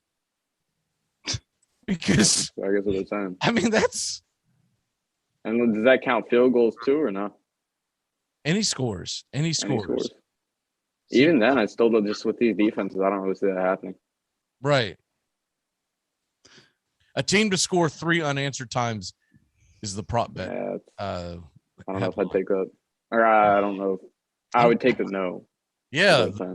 That's what I did while we were talking a second ago. It's like, you serious? Plus 155. I made sure I read it like 4 times while we were sitting here talking. I was like, that's what it's saying. It's plus 155. It's very strange to see that prop for a low scoring ball game. Mm-hmm. So hopefully no one's pulling any onside kicks, and I'll no one's pulling like the okie doke on someone, and that'll come through for me.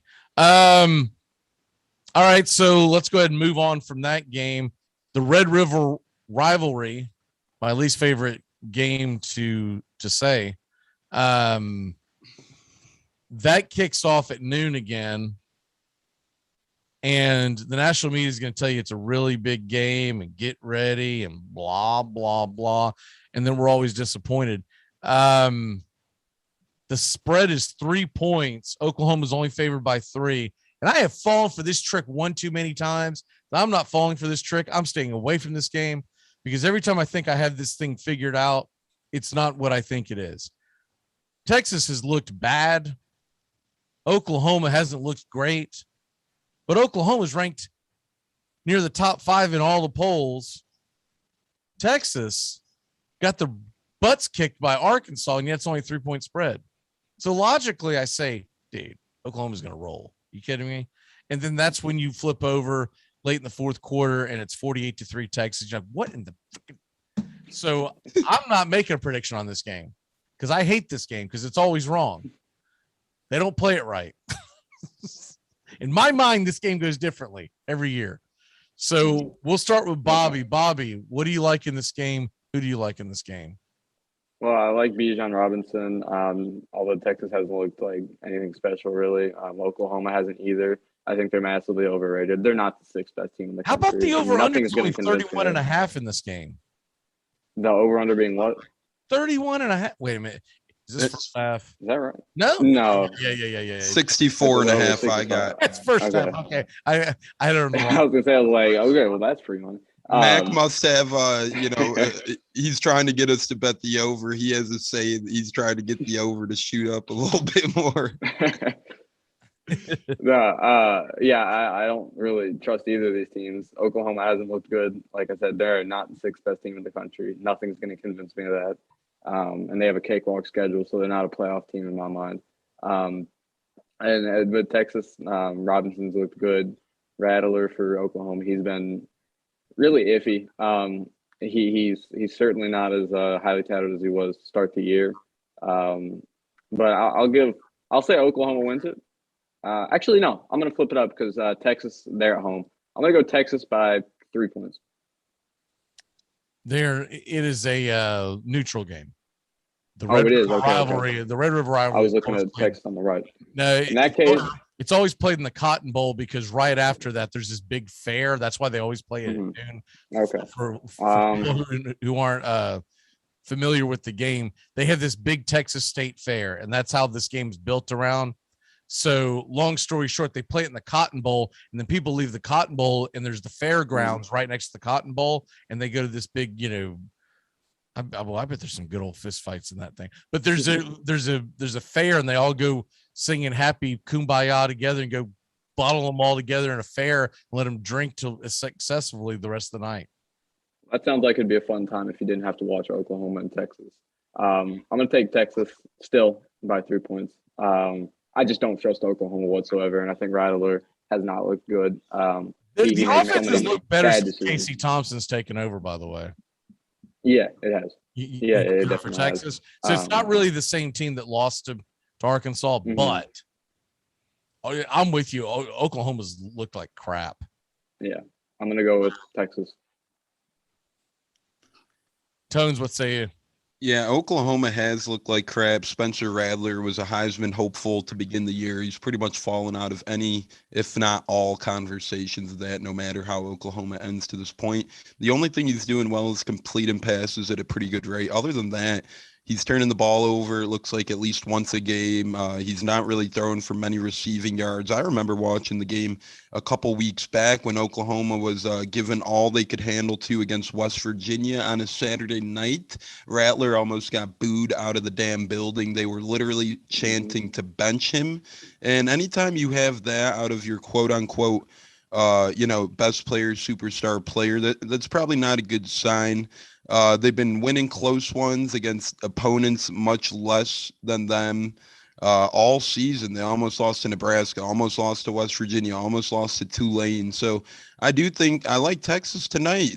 Texas is quietly having a pretty good football season where their offense has looked better, and I think they win tonight's game, and I think Oklahoma gets silenced for good, and I think Rattler kind of floats into the night, and that's the end of him. I like Texas in this one, in a close one, but I do like Texas. I like everything y'all said. And with that being said, I'm still not touching that game. I just don't trust it. I could see Oklahoma coming out and, putting on a strong performance. That wouldn't be the most shocking thing to me. I don't blame you for not touching it. I probably won't touch it realistically, but if I had to, I'd lean Texas. I trust it about as much as I trust Arkansas and Ole Miss right now. I'm like, nope. Fraud. Fraud. Fraud. You're all frauds.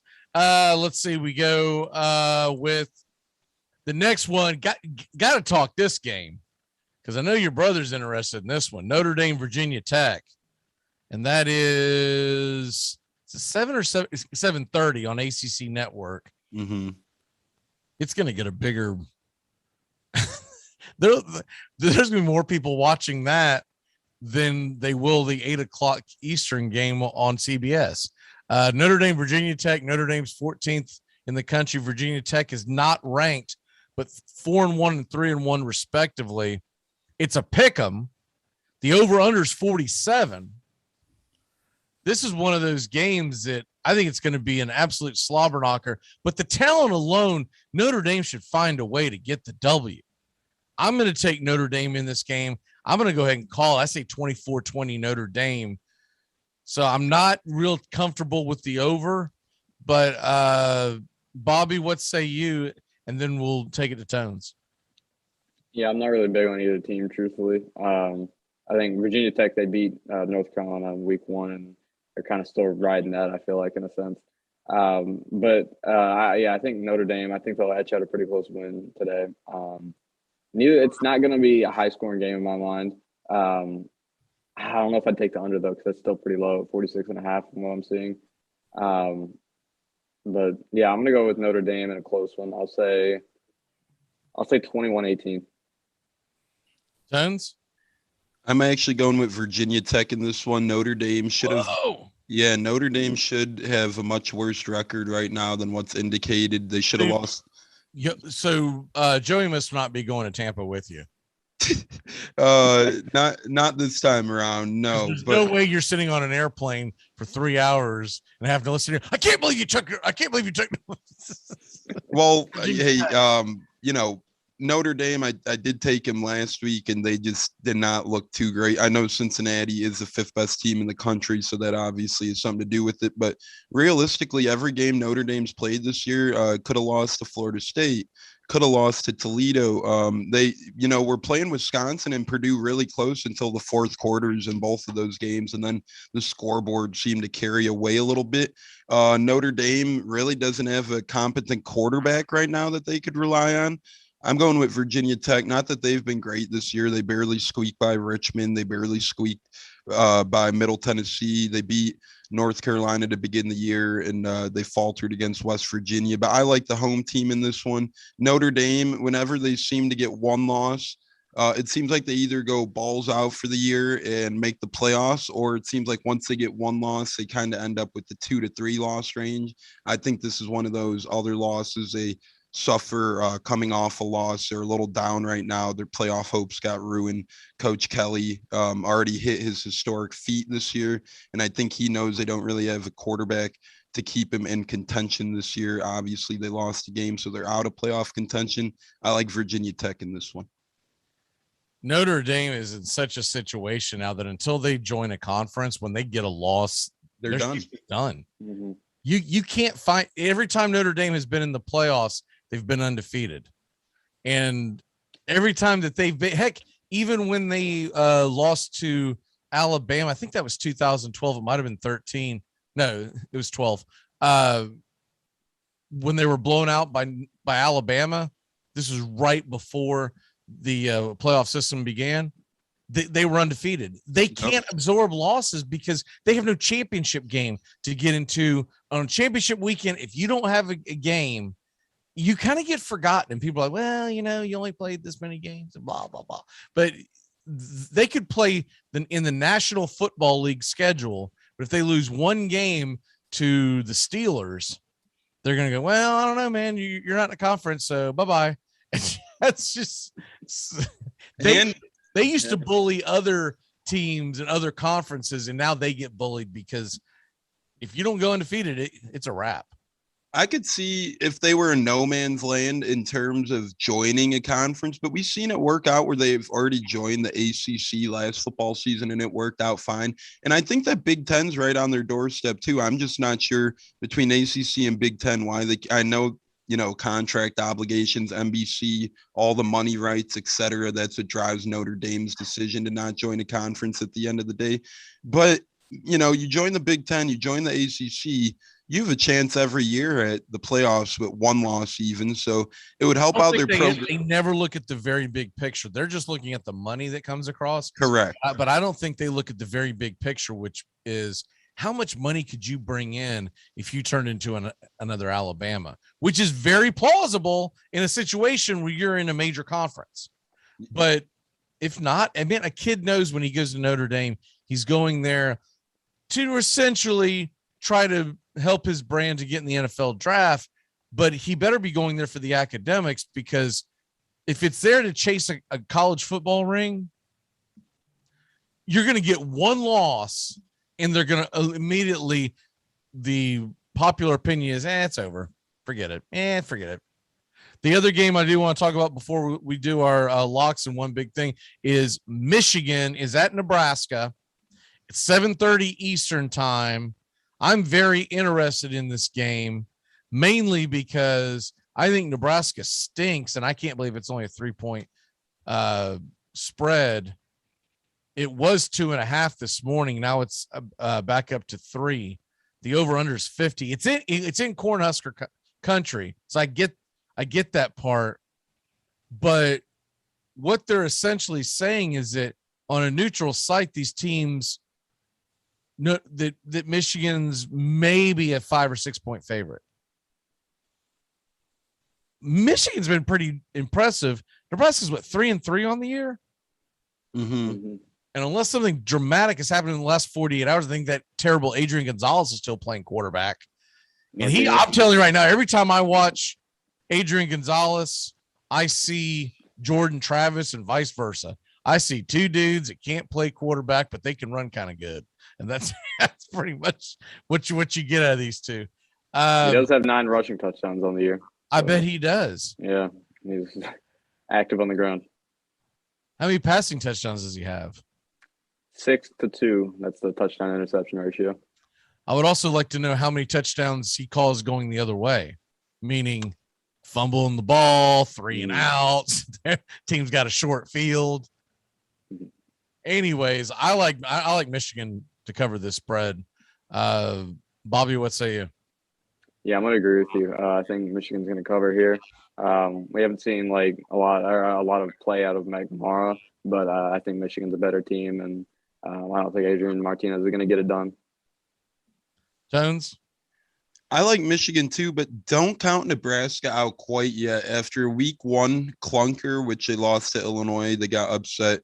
Their last 5 games, they've really been playing impressive football. They wiped the doors off of Fordham and Buffalo in back-to-back weeks, and they barely lost to Oklahoma 23-16 on the road. They only lost to Michigan State 23-20 on the road. And then last week they boat raced to Northwestern 56-7.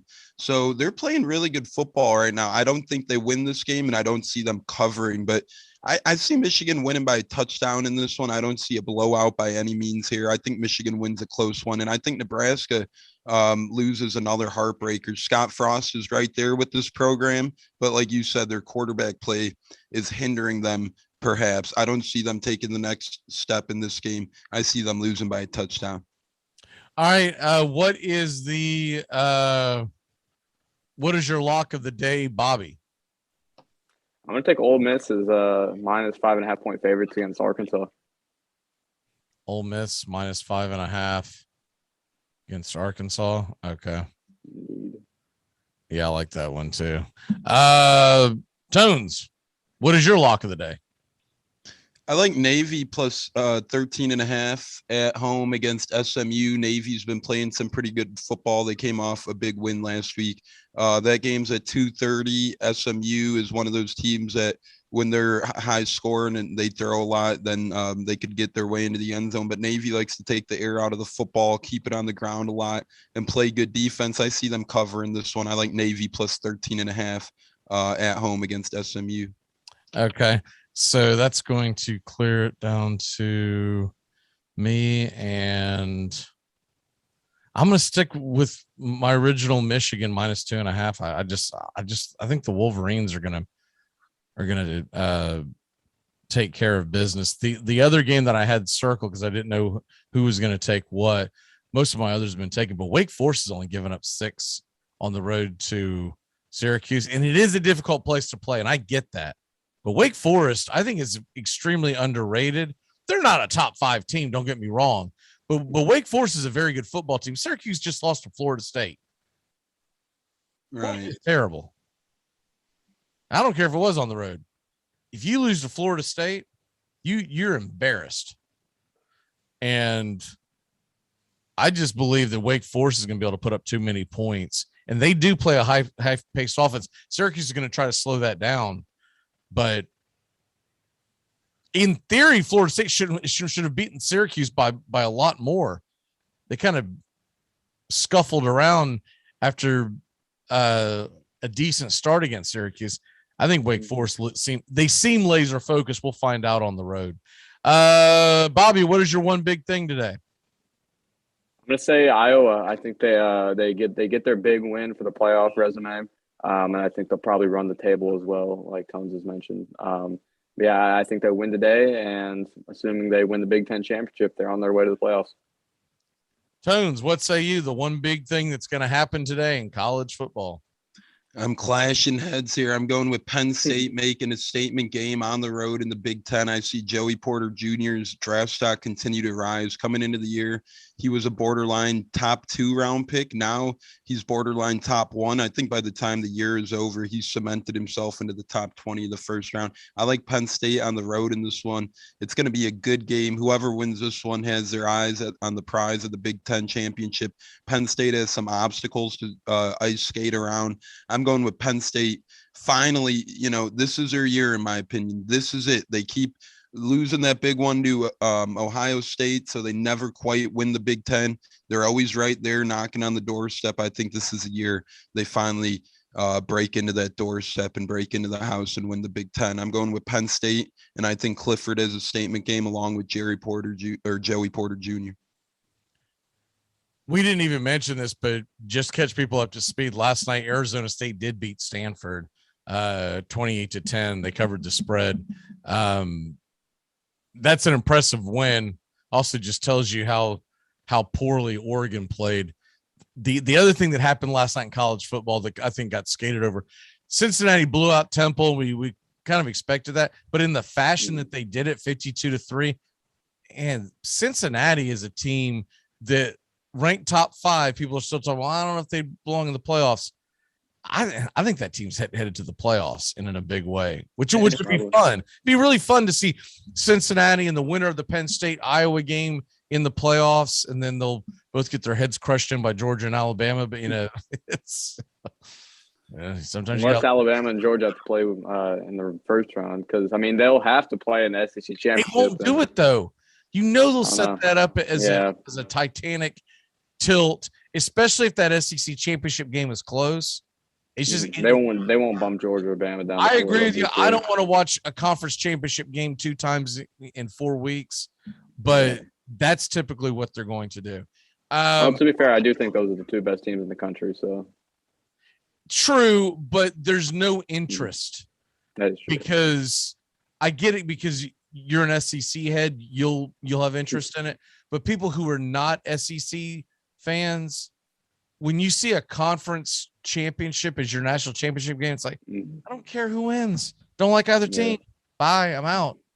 So that's, I think it's better to put them up against each other in the first round. Get them out of the way and give a chance for a Cinderella story. But if you get Georgia versus Alabama for the national title game, I don't care what happened in the conference championship game. It's going to be like when Alabama played Georgia before, or when Alabama played LSU. I had no interest in either one of those games. Like, Alabama's probably going to win, but I really don't care. My one big thing today, kind of went over a couple of them, so I'll grab something off the beaten path a little bit. I believe Michigan State is going to roll Rutgers. A pretty decent Rutgers team, by the way, too. That's going to vault Michigan State into the top 10. And at some point, somebody's got to start giving them some love, because they are just being ignored across the board. And Michigan State does have wins against Nebraska. We talked about it, at Miami. They haven't played a really tough schedule, but after this Rutgers game, if they can get that W, Iowa's next week, but in 2 weeks, or actually 3 weeks, because they're taking a week off, they're going to go to Michigan, or at home against Michigan. If they get that W, they're going to be undefeated going into the end of the season with Ohio State and Penn State back-to-back, which is brutal. But if Michigan State is 10-0, who saw that coming? Not I. Not I. All right, well, we're going to go ahead and get out of here, and y'all enjoy the day. We will be doing I've got the call for the Braves versus Brewers in game number 2 today, 5:07 first pitch, so we will have that again. Good turnout. Thanks for all the folks that watched it yesterday, and Braves, we got to get this W, man. It's their day today. I'm not saying it's over, but if you go down 0-2, you put all the pressure on yourself, and then get all tight and stuff, and you're probably going to play in a weird Monday afternoon tilt with weird shadows, and we don't need none of that. We got to get the W. It's Max Fried Day. It's W Day, and let's go. See y'all tomorrow on the Handicappers, 10 a.m. Eastern, 10 a.m. to noon Eastern.